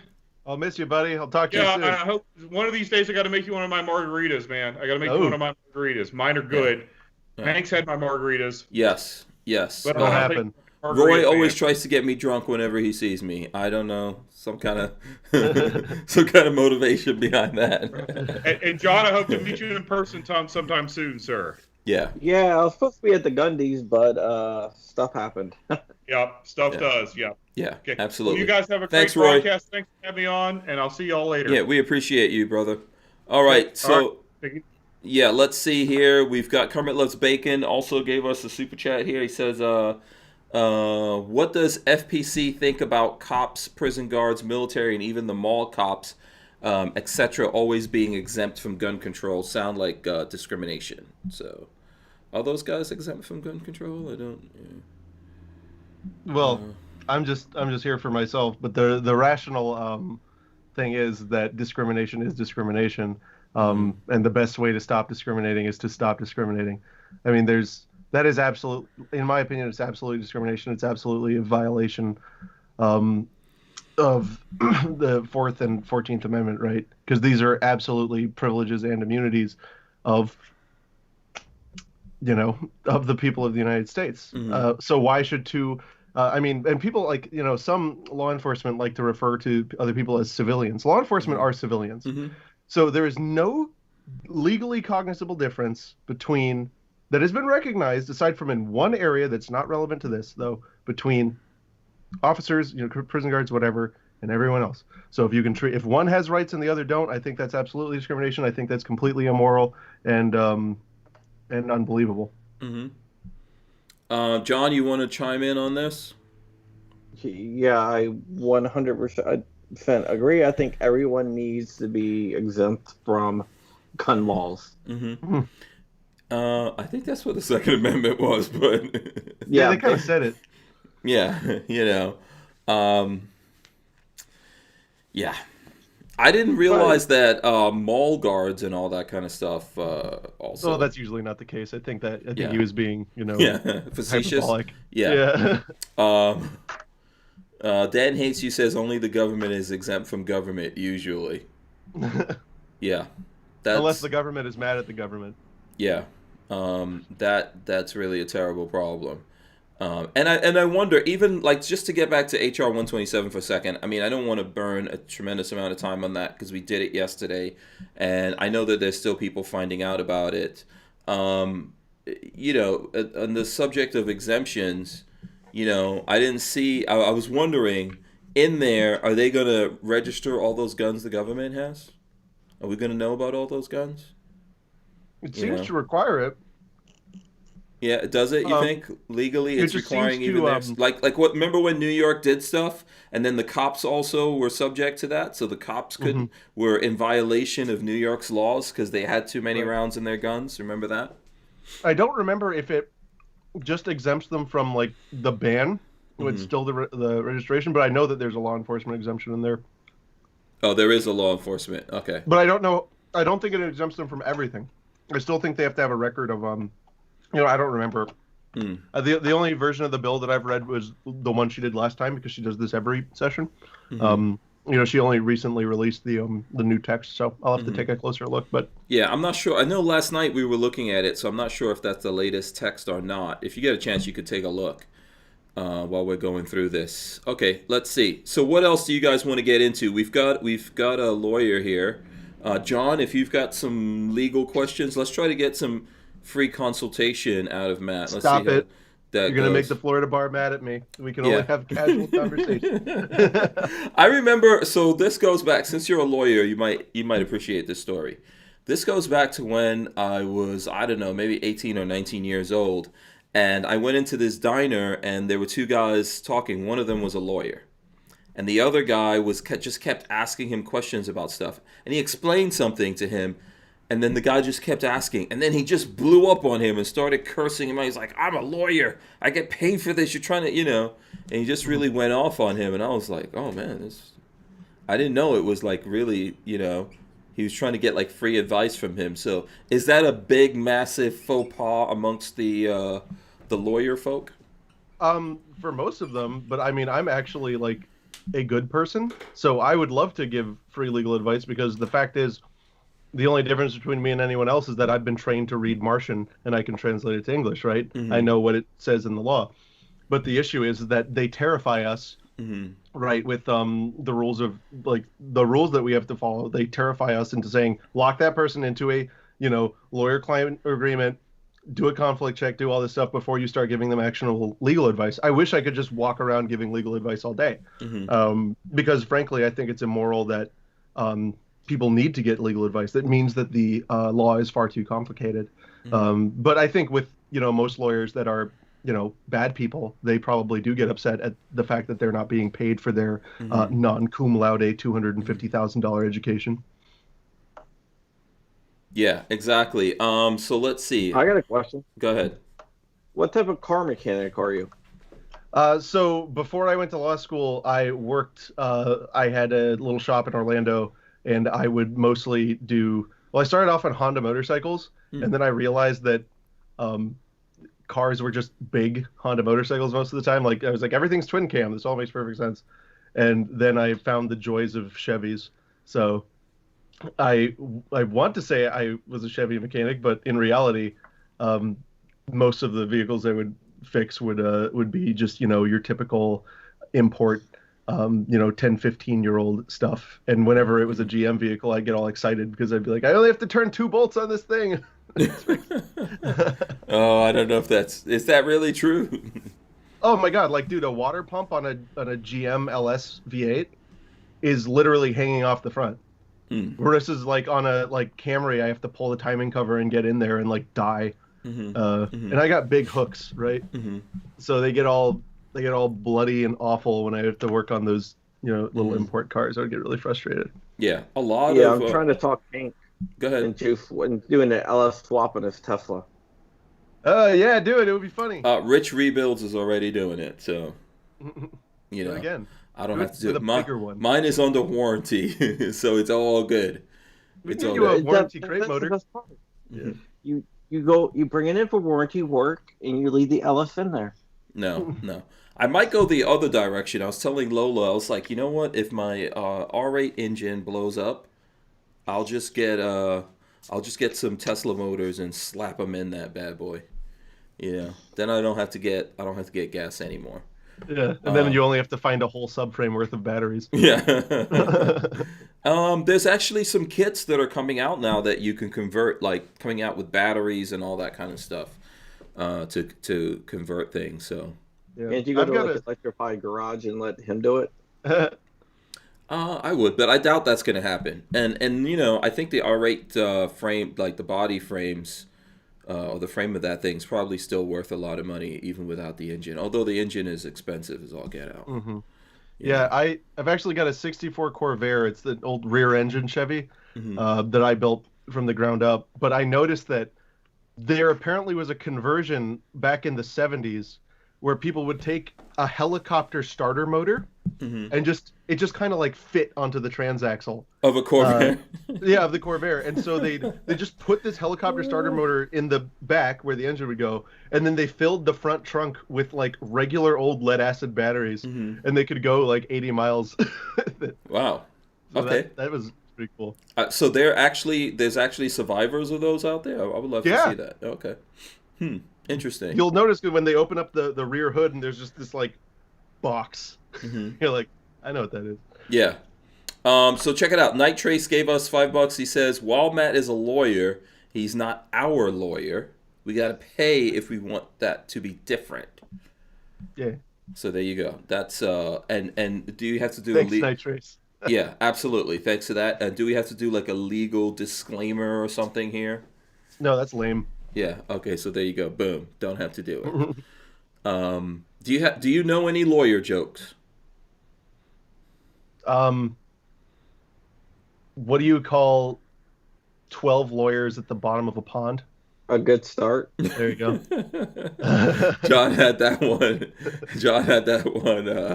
Do you know any good lawyer jokes, John? I don't. I actually don't know any. No, because every time I make fun of a lawyer, they sue me. Oh. Yeah. No. I like lawyers. I have a lot of fun with lawyers when they help me sue the governor a lot. Yeah. Absolutely, that's a good thing. One of my things I would have liked to be in my life after being a comedian was a lawyer. I think those are close. Like you can do good things, but being in the system is really, it wears on you. So, but no, I love what I've been able to do. I'm glad that I was able to do it. But lawyers are mostly, just like with anything, right? I'm sure most dentists are like pretty unpleasant. Yeah. Just like everything. Yeah. John Doe Most says... people who run podcasts. Okay. John Doe says $200 an hour, people. How many seconds do you want legal advice? I dated a lawyer, and I asked her one time, I was like, why did you become a lawyer? And she was like, Because I like making people cry under pressure. I was like, okay, Awesome. well. That's an interesting, honest answer. I can tell you the reason I became a lawyer was because when I was a kid, my mom always told me, "You argue so much, you should let somebody pay you to argue." And then I kept going with that idea, and I didn't realize along the way that I should have known that being a lawyer isn't actually about, well, at least the practice of law isn't actually about making convincing arguments. It's just relying on the appeal to authority fallacy to tell the judge that somebody else once argued something and that they were really super smart. Yeah. So I remember one of my experiences with a lawyer. First of all, I've had some bad experiences with lawyers. Okay. One of them is that I got like, I don't know, some kind of, I think I got a speeding ticket in New York City, right? And my dad was like, "Oh, you got to get a lawyer." I was just going to go up there myself and deal with it. Usually in New York, you put it off. And then, you keep putting it off as much as you can. They put it off. You stretch the whole thing out. Then you go in there. Some people go in there and fall down and cry, do whatever. Maybe the judge feels sorry for them. But I was just going to go in there and whatever. So my dad insists, "No, you got to hire a lawyer. You got to hire this guy. He was awesome." So I hired the guy. The guy showed up at the court. Before we went in, he goes, "Listen, you got to pay me first." Like when he came and I was going to ask him, I was like, "Well, how do you think this?" He's like, "Nope, you got to pay me." So then I paid the guy, right. and then he's like, "Okay, let's go in." We go in. The judge and the police officer were there. They did their thing or whatever. And the judge goes, "Okay, so defense, do you have anything to say?" The lawyer goes, "No." The judge is like, "Okay, you're guilty. Pay this fine." I was so mad. The heck? That's exactly how it went down. I'm not embellishing this. Okay, I thought, he literally that had was nothing. Go is he just breaks it. No, he has no challenge. He had no challenge to it. Just my other lawyer thing is I was in a car accident with my girlfriend, my sister, and where someone like T-boned my car and just completely, it was totaled, and my sister and even my girlfriend were like knocked out. My sister was in like a coma for, I don't know, like at least a couple of days or something. Like, it was weird. Anyway, so we go through this whole thing, we sue and all that kind of stuff. You know what? The lawyer stole the money. Oh my God. Yeah. They're not supposed to do that. Yeah. So Did you know that? Yeah, it became a whole thing, and there was supposed to be like, eventually the government tracked the lawyer down and all that kind of stuff, and there's supposed to be like a fund somewhere, but it's always been too much of a pain to like try to get that money back out of that fund. I was just like, yeah, because you'd have to hire another lawyer. Yeah. So yeah, His name's Saul Goodman. Is that from Better Call Saul? Yeah. Yeah. It was one of those experiences also in New York. Yeah. The lawyers in New York, man, they're pretty terrible. Well, Yeah. I live in the area with the most lawyers in the country. Yeah. Yeah, you do. Yeah. You got any bad lawyer stories? No, I mean, I have a lot of friends that are lawyers because I guess the area I live in, like most of my neighbors are lawyers or whatever. So, I mean, they've helped me out a lot. And a lot of times they've helped me out for free. Like, so that's good. Like, most lawyers are, there's bad lawyers, but most lawyers are in it for the right reasons, I feel. Yeah, yeah. We're not trying to say anything about you, Matt. I know I'm in it for the wrong reasons. Yeah. The Everytown people made that very clear to me. That Oh, I was not a nice right. man. Oh, I'm sure those guys love you. Actually, you know what? To be honest with you, my policy of just being super, super aggressively friendly with them has worked out pretty well. And I kind of make them confused sometimes. Do they ever think you're on their side accidentally, Yeah. Or do they ever go, "Hey, why are you over here fighting for these guys?" I mean, there have been points where I've definitely because I'll find a point of agreement, and I'll be like, yeah, no, and so like X is Y, right? And oh yeah, and so then right, and then we're going, and then it'll be like, and that's why machine guns should be legal. and they'll just be like, Yeah. This is from C in Arsenal. He says, "I'm waiting for the part in the podcast where the family comes home and finds John in their daughter's bedroom." He has like a whole thing. He's like, "Who are you?" and then I guess this is John's response: "Your Wi-Fi is unsecured." Oh boy, yeah. I don't know. Sean has no comment on this, I'm sure. Yeah, it is what it is. Yeah. I can tell them why I'm in this room and make everyone feel really bad. No. Happy time. Yeah. So let's see here. I'm looking. But to go back to the original question, who has some legal or no, not legal advice? How are we supposed to pose this, Matt? How should we? I don't know. Theoretical questions or questions about laws or gun policy stuff. There you like go. that. Who's got some theoretical questions that don't have to do with sea shanties? Or with applying the law to your particular situation. Yeah, absolutely. I got a question. Okay. Whenever if somebody on YouTube talks about like a legal thing, they always say, "I'm not a lawyer. You know, I'm not giving you legal advice." Mm-hmm. That's not really necessary for them to say. Well, you're a lawyer, so. But like a regular person who's talking about something going on legally, you know, you always hear them say, "I'm not giving you legal advice. I'm not a." Yeah, I think it might be because they hear lawyers say that so much. Mm-hmm. Yeah. Because so I'm of two minds about that. It's one, so lawyers say that because we're like required to say that, and then we're also, but it's also not magic words. I can't just say this is not legal advice and then give you legal advice. Like I'm still on the hook for that. Mm-hmm. But I think people see that so much that they like decide to like say it too. But also, you know, it might just be people wanting to be like sincere and saying like, you know, a lot of these guys, they've got big followings and they take all of their word at gospel. So, you know, it might be worth it to just remind their followers or the viewers that like, hey, this is just my opinion, you know, and you know, I think it can be a good thing. Like I start out every one of my videos with that, just especially when you're talking authoritatively on something, you have to remind people that this is your opinion. Yeah. I try to remind people that this is just purely comedy. Yeah. It's just purely comedy. Well, this whole universe is just a comedy at this point. Yeah, absolutely. One big massive joke. It's the same thing of people saying allegedly. Remember, you know, like allegedly now it's Tourette's. Oh, yeah. Yeah. They broke that word. Yeah. Because everyone thinks that's going to protect, allegedly. Yeah. So,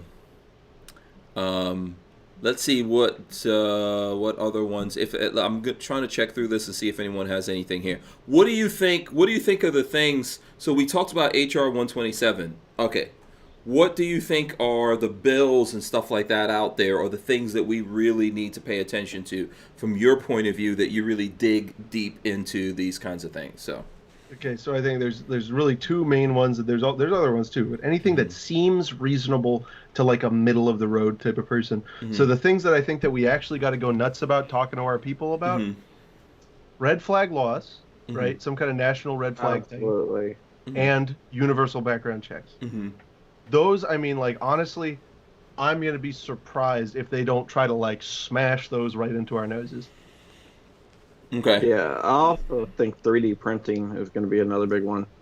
I disagree, because they're obsessed with 80%ers right now, and I don't even think that the congressional hive comprehends that you can make firearm receivers with 0% of the material. So I think that what I think is going to happen is I think that they're going to push really hard on the definition of firearm to get it to include a lot of 80% that already exist. And then go, see, we fixed it. We already know that. Yeah. We already know that's going to happen. I wrote a story a while ago where the Biden transition team spoke with Regina Lombardo and Barbara Richardson of the ATF, and their two top priorities was bump stocks and 80%. Yeah. Yeah. So I think they're gonna do something about 80% and then say, look, we did it, and then not hear much for 3D printing. Yeah. So let's go after those couple of things, right? Let's start with the red flag laws. What are we going to be able to do about that? I mean, is the Supreme Court really taking any of these things seriously? Do we have any challenges that have gone up to that? Is there any way that we can really combat what's going on with the red flag laws? The problem with red flag laws is that you need a good plaintiff that has been negatively affected, that has actually had this enforced against them, and it has to be like totally off the wall. But the problem is with red flag laws, if you get that plaintiff and you bring that case, what's the state going to do? They're going to go, oh, oops, and just withdraw it, right? And be like, oh, look, it's moot. Ha-ha. Like the John Carpenter thing. Exactly. I don't know if you know John Carpenter. Hank brought the story to me, and I wrote a bunch of stories, and they finally dropped it. John Carpenter was a guy who they red flagged, and he... You're breaking up a little bit, John. I said John Carpenter. You remember that, Hank? The guy that got red flagged, he was a guy? Yeah. Mm-hmm. Yeah, it was a complete mistaken identity situation. Well, it's a common name, right? Probably like John Smith or something like that, yeah. So they just did a search for John Carpenter with concealed handgun permits and found this dude. It had nothing to do with the thing. Mm-hmm. Right. Yeah. I mean, and none of these things have a provision for you to, if someone uses this as a weapon against you, there's nothing to get your guns back, to fight, to,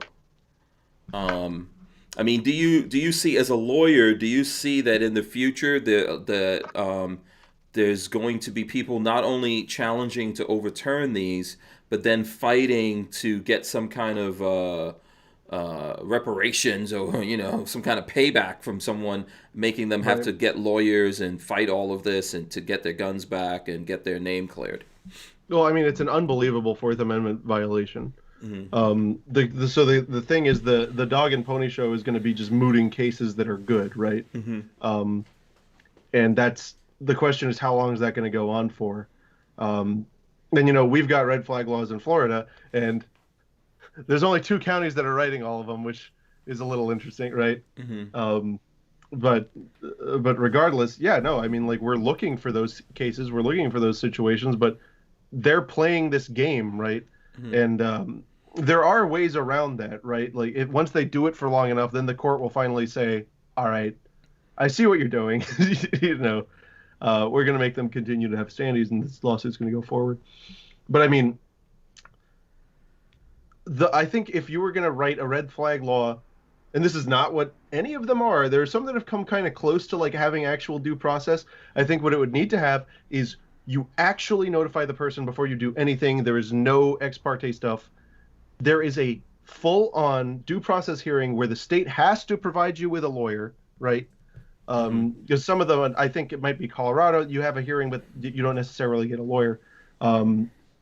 But it's been a long time since I've read this stuff. I wrote a policy brief for FPC. You guys can check it out under the policy section. I covered all of my thoughts on this. Mm-hmm. But you'd need actual due process ahead of time. You'd need an actual hearing, adversarial, where you get to confront, your accuser, get to confront the evidence against you, with a evidentiary standard. Because right now it's basically, if the judge thinks it's kind of maybe that you could be a danger, they grant it. No, it should be beyond a reasonable doubt. Mm-hmm. Because what are you proven guilty of? What did you do?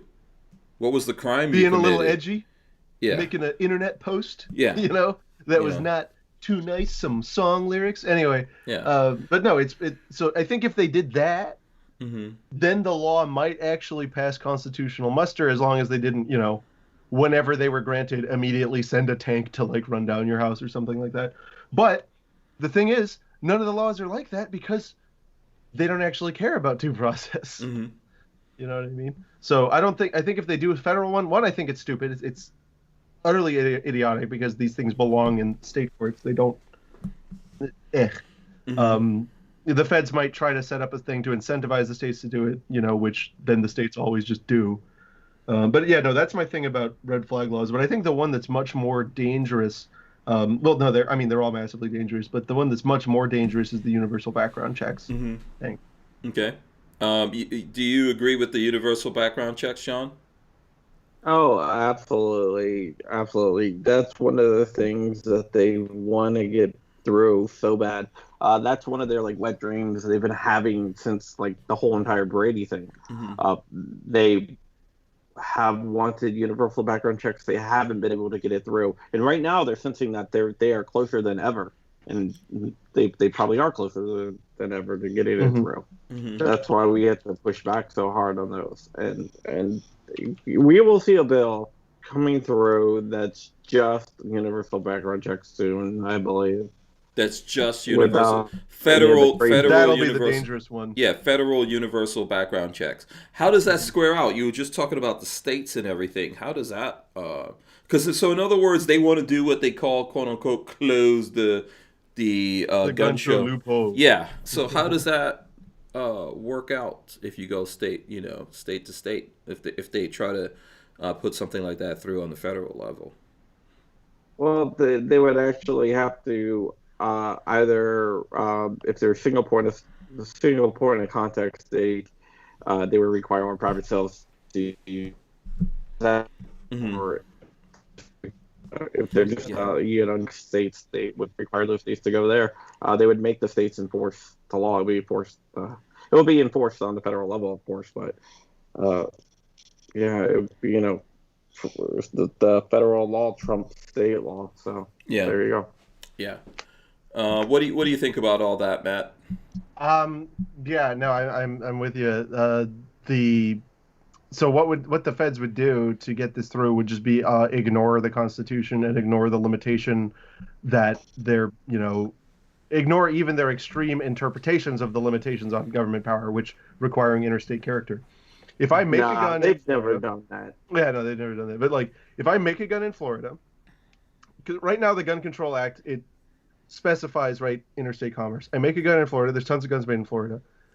I go over to your house and I go check it out, and I put it on the table and slide it over and I say it's yours. The feds have to assert some level of power over some point of that transaction, and if you read the Constitution, there isn't one. I mean, they've been pretending there is one, but this would be the most extreme in the gun control context way of them stepping into that. Is basically saying that it's them saying we have jurisdiction over transactions that happen inside of one state and never ever left it. I mean, that's wrong. That might be a way for us to finally fix the Commerce Clause and fix that. I don't know. Depends on how much testicular fortitude the court has, right? But so yeah, it would just be them straight up ignoring the Constitution and telling the state, it will, just like what John said, any time a firearm transfers hands, it must go through one of our special anointed people with the little blue piece of paper, which then raises costs for poor people because there's nothing the same party that often tries to push gun control loves more than poor people, right? So let's definitely raise costs for everybody. Absolutely. Yeah, what I think they would do is try to say, hey, well, that piece of steel or that piece of aluminum or that piece of plastic came into the state, so therefore it's interstate commerce. They would try to do something weaselly like that. Yeah, the herpes theory of interstate commerce, where once you get it, you can't get rid of it, and it goes everywhere. Yeah. Do you exactly? What do you think the chances of the Supreme Court taking up anything that's Second Amendment related, as someone who follows the law?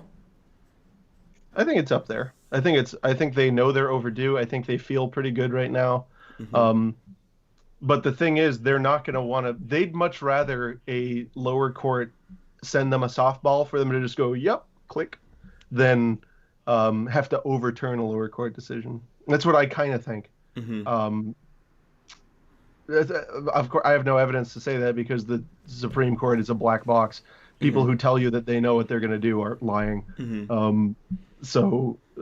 That's my thought. Is like, if something came in, was fought out in our circuit or the Fifth Circuit, like Texas, stuff like that, and they got a good decision, and then the government appealed it, the Supreme Court Well, it's kind of a challenge because the government might just not appeal it and try to just do it somewhere else, right? Like in D.C. Exactly. Where, DC or the Second Circuit. No, what I'm saying in D.C., when they became shall issue, right, they chose not to appeal that decision because they didn't want it to have effect on the whole country. Right, and isn't that like how messed up is that? That's one of my favorite gun law stories. Is that like DC's? I don't know if they call it an attorney general for them or not. It's a weird like quasi state thing, but he was like, "No, I'm not going to appeal this."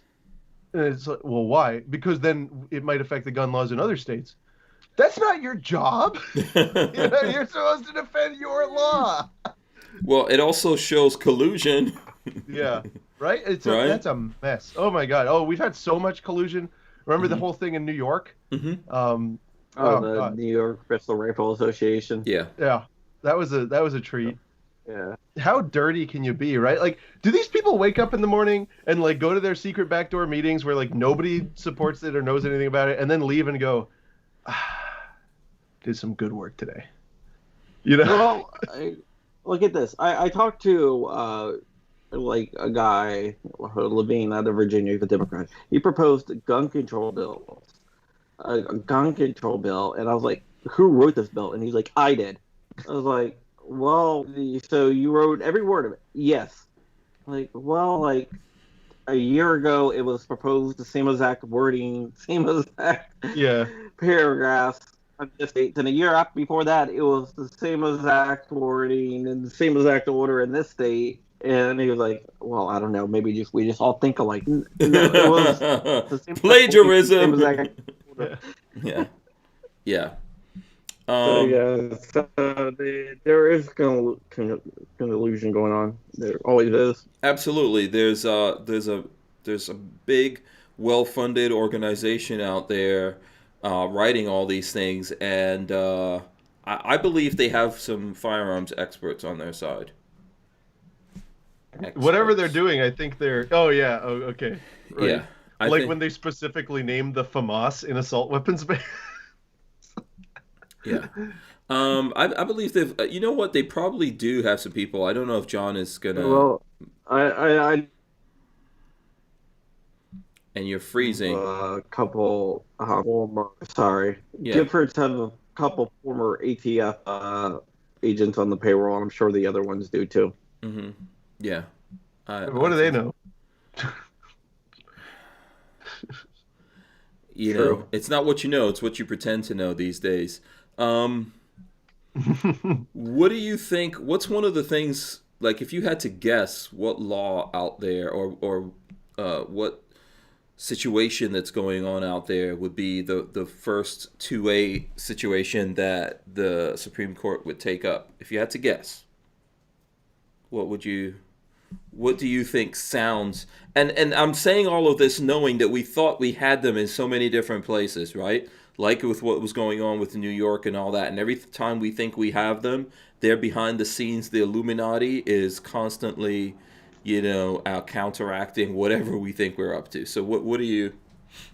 Okay, so like on a federal level, like if like a federal law that the Supreme Court would actually overtake, or one of the state laws that the Supreme Court would actually take? Let's go for both. Let's start with the federal. Okay. So like thinking about what could actually pass and what could actually go through, right? So like I'm not including 127. I'm just not including that right now. So I'm thinking in terms of universal background checks, in terms of red flag laws. I think if there was a total ban on private transfers, like gone, right? I think they'd take that. I do. Because they could decide it on so many different levels, and they could like just put a little sprinkle of Second Amendment, a little sprinkle of this, a little sprinkle of that. And they love doing that. They love, because then you don't get anything out of it, right? It's like the ticket's good for that right only. Okay. So you think that's middle of the line enough for them that they will pick something like that, you're saying? Yeah, I think it's somewhere that they can announce, because what the Supreme Court wants to do, remember, they have not actually announced a standard for evaluating Second Amendment cases.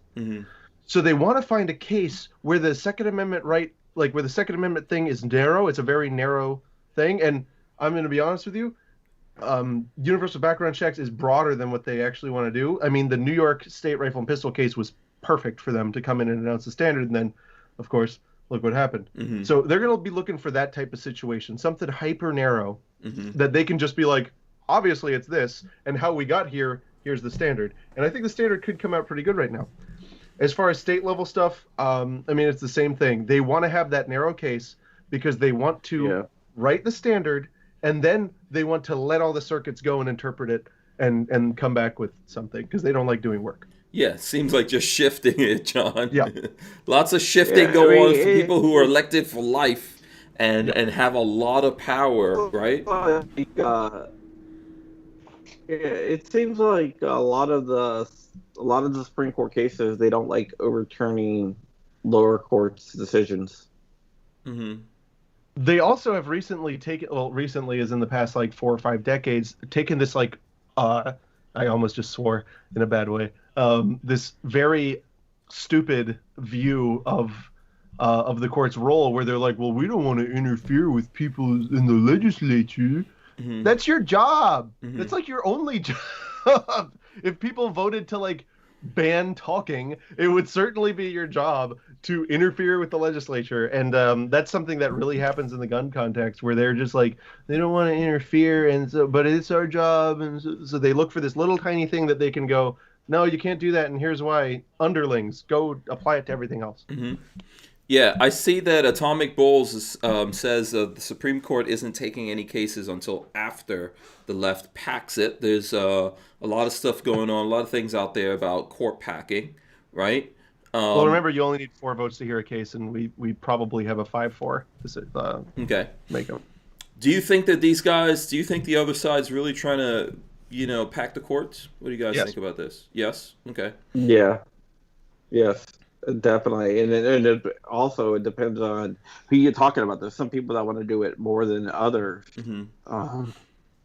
So how soon do you think we could see that, or is this something that comes back again to the filibuster? It certainly does. Certainly does. And but here's the interesting thing. So like changing the composition of the Supreme Court is a legitimate power. Mm-hmm. It's just one of those like extreme Civil War tier powers that you never use. Mm-hmm. So it's hard. Like, there's nothing explicitly extra constitutional about adding justices to the court, but there's supposed to be a reason why. Like, when we did it the first time, there was kind of a reason why. Mm-hmm.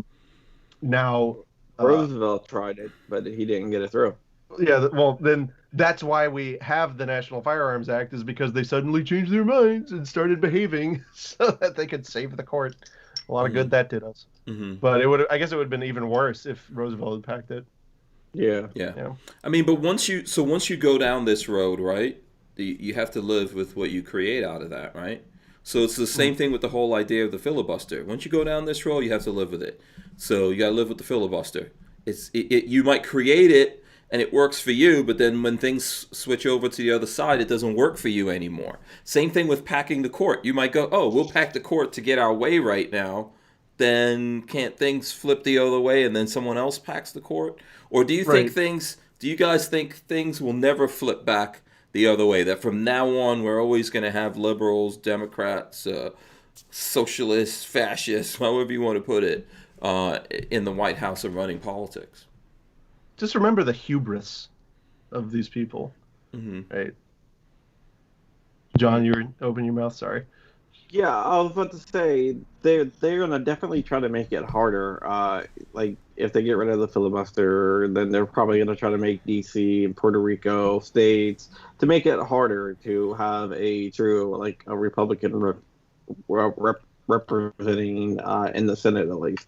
Because they're going to try to add people, then they're going to try to pack the court. So it's going to be harder. I wouldn't say that it would be never, because politics kind of runs in like a cyclical fashion. Mm-hmm. But they would definitely try to make it harder for a conservative majority.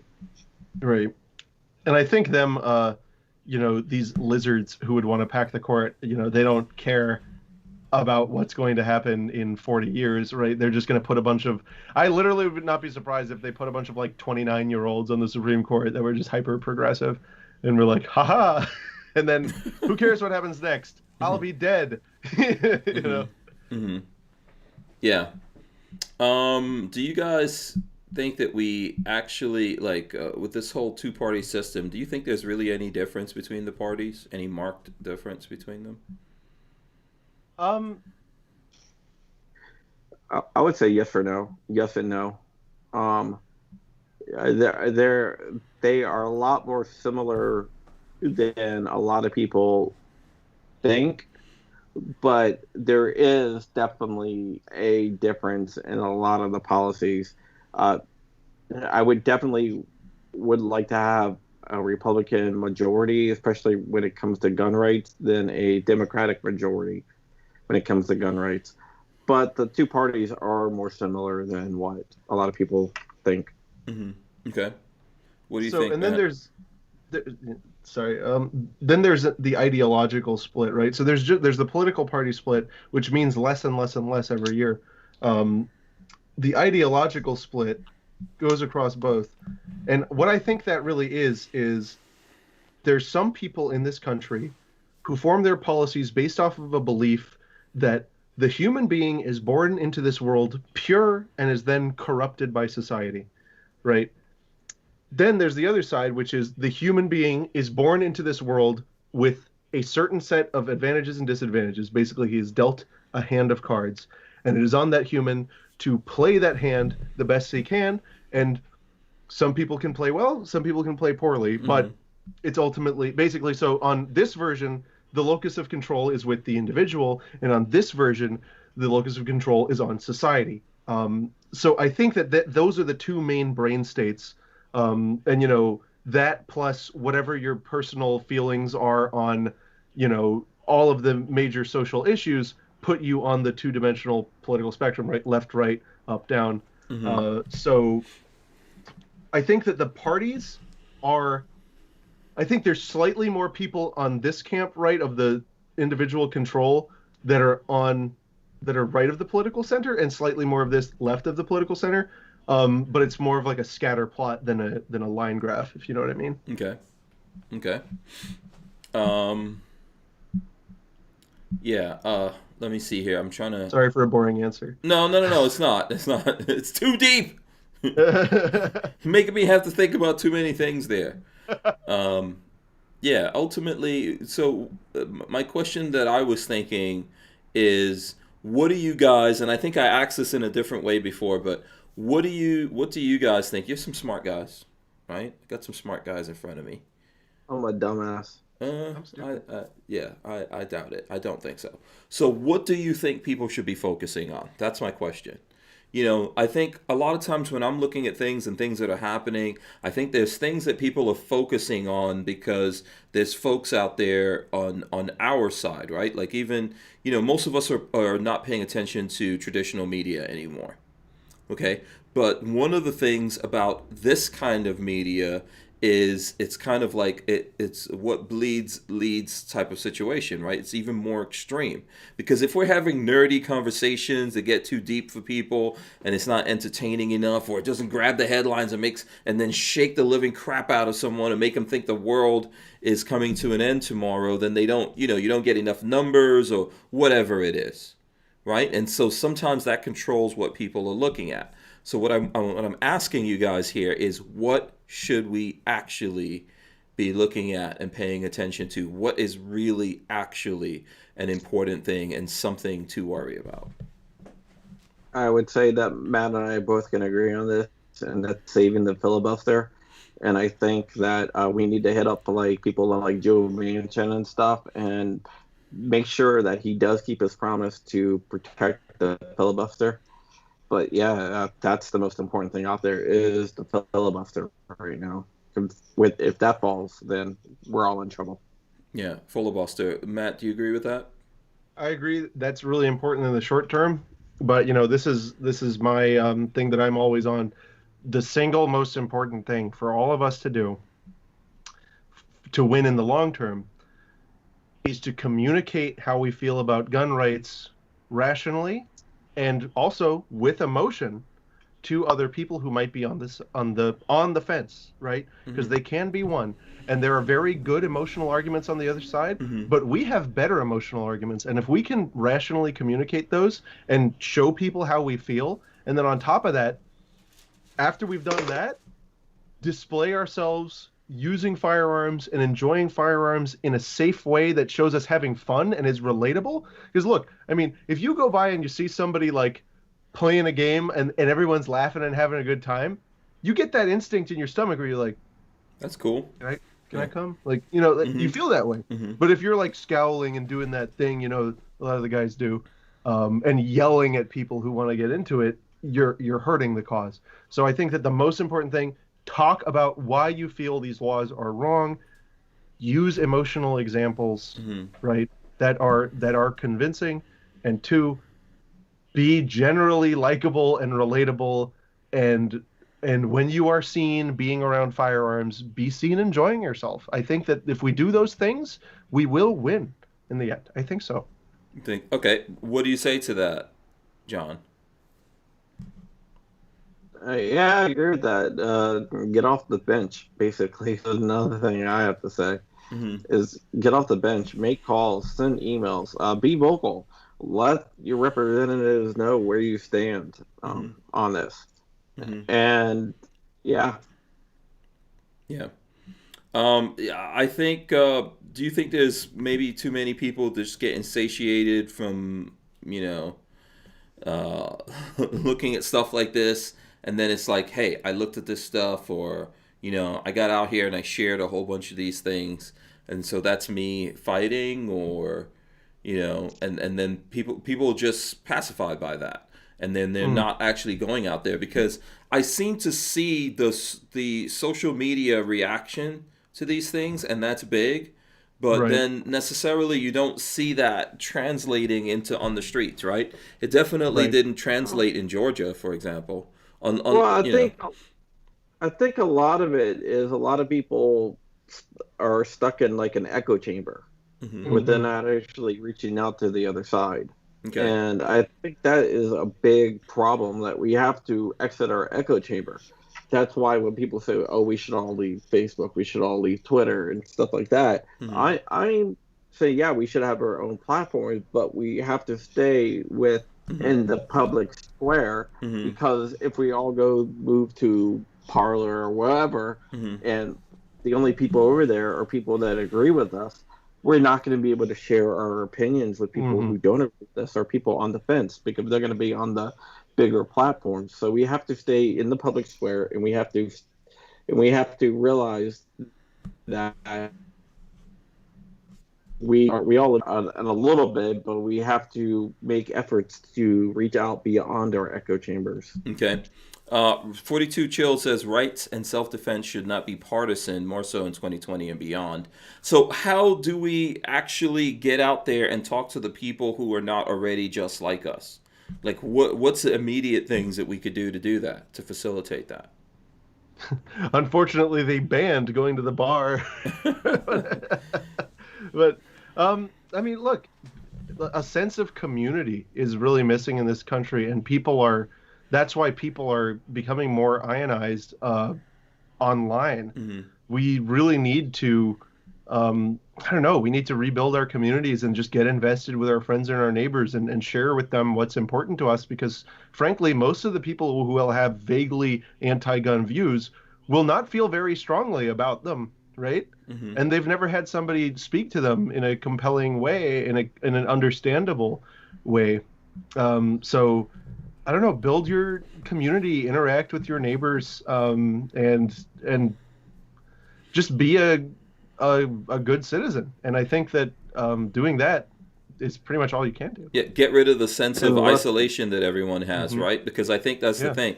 I think everyone in the last year, you've seen more people get isolated, and then when you're cut off, what do you do? So let's say you feel, whether it's manufactured or actual, let's say you feel that you're cut off and there's an emergency going on in the country. Then you turn to the news media, right? Which they've been slipping for a long time. And then whatever they tell you, you believe that's what's happening. Yeah. Oh, I do a lot of journalism, as you know, and I was having a conversation with a pretty big journalist who's left wing. They consider themselves to be fair. I think they are more fair than a lot of left wing journalists out there, a lot of big name left wing journalists. But we were having this conversation. We were having a conversation, and he was saying that, hey, you have to point the people to the right side of an issue, or the rightish side of the issue. And I'm like, well, who gets to decide that? He goes, well, And that's which side is right? Yeah, say that again. We missed like, it. You froze after you said who gets to decide that. Well, he said, well, that's our job as journalists, Mm-hmm. is to let the public know who is right. And I'm like, I think that's a misinterpretation. Yeah. Like, our job is to inform the public and let them make their own minds up. Right. And this was a big name left wing guy. Mm-hmm. Yeah. No, that's what they think. Mm-hmm. And I mean, some of these journos aren't even like I'm seeing them try to dox people in the like 3D printing community and stuff like that. It's like, what are you even? Like, what are you? You're not a journalist. You're like some private like CIA thing, Mm-hmm. Just gathering information and doxing people Mm-hmm. for no. It's just fascinating how everything has. I think we can probably tie a lot of it to the death of the community in this country, because people need to feel a sense of inclusion and a sense of value and a sense of responsibility over Mm-hmm. the community as well, instead of like a sense of abdication of responsibility to other people, like the police or to your mayor or governors or the president or congressman or whatever. Yeah, I think that's the thing that's happening. Listen, we're over the 9 o'clock hour, so I probably do need to cut this short here. I think we're just getting to a boil, but I'll be happy to have you come back on here, Matt. Oh, I'd love to. Yeah. John, it was great to meet you here. Yeah. Good to meet you too. Yeah, I'd love to come back. I hope you guys connect with each other and do some things after this. Let me do this. I'll start with John. How can the folks out there who are watching this, if they want to keep up with you, I know right now you have family-related stuff going on, but if they want to follow the other stuff that you're up to, how can they do that? Crumpy.com is my website. You can read my stuff at mln.com as well. I have a YouTube channel. Mm-hmm. Small little YouTube channel. You can follow me over there. But yeah, that's about it. Okay, awesome. Thanks a lot for coming on, John. Okay, Matt Larosiere. Is it French, Italian? What is that? It's French. French. There you go. What does it mean? Do you know? It's the Rose Garden. The Rose Garden. Okay. Mm-hmm. All right. How can the folks out there keep in touch with you, follow you, communicate with you, hire you on? I don't know. Well, yeah. So I run a show on YouTube, Fuddbusters. It's where we talk about 2A myths and misinformation, and basically like a gun law 101 thing, current events too. So check that out. It's Fuddbusters, FUDD Busters. And then my personal Twitter is Matt Law at Law. That's MattLaatlaw. And Fuddbusters is Fuddbusters on all of your favorite social medias. I'd love to hear from any of you guys about ideas, stuff to cover, or anything like that. Yeah, absolutely. Thanks so much to both of these guys and Roy Hill from Brownells for coming on. On my part, if you want to help out what we're doing here, you can go to Hank Strange, or if you're into some car stuff, I'll just show this real briefly. You can go to Stranger Palooza and subscribe to the channel there, and we'll be, I've got a whole bunch of car related content up there, and we'll have more stuff coming, and we're going to be getting into mini bikes, all of that stuff. So you guys can go over there and check out all the shenanigans that we get up to. That's not directly gun related.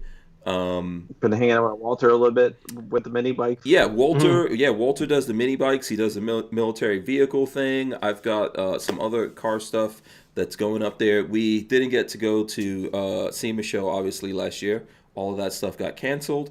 But as there's shows coming up that we can get to, we will get out and cover those for you guys. Let me roll in the end right now, and we'll be right back for the final word coming up right now. All right, guys, don't forget to subscribe to the channel, smash the thumbs ups, ring the bell so you can be notified every time we go live. We're going to rip the audio out from this and throw it up on iTunes and all the other places you get your audio podcasts from. If you're listening to this on audio, please leave us a review or something like that, or share with the folks out there. We're international. We're international now. Tens of people all over the world are listening to this, and we appreciate every single one of you. The Jew says Hank needs to combine his love of guns and cars by creating a driving shooting range. Oh, that'll be ridiculously amazing. I think Matt can do this. I think he has all the skills to do this. Len Holt says, good show. Thanks for the hard work, everyone. Stay safe. There you go. Richard Monder says, candy, van life. Down the Barrel shouting you out, John. Shout out to Down the Barrel. Hopefully we'll get him on here soon. I've been talking to him for a little bit today. Okay, so, cool. Thank you for him for reaching out. It meant a lot. Awesome. And so, who should we go to for the last word? Let's go to Matt. Matt, hit us with some words of wisdom. Anything more than minimum compliance is self-regulation.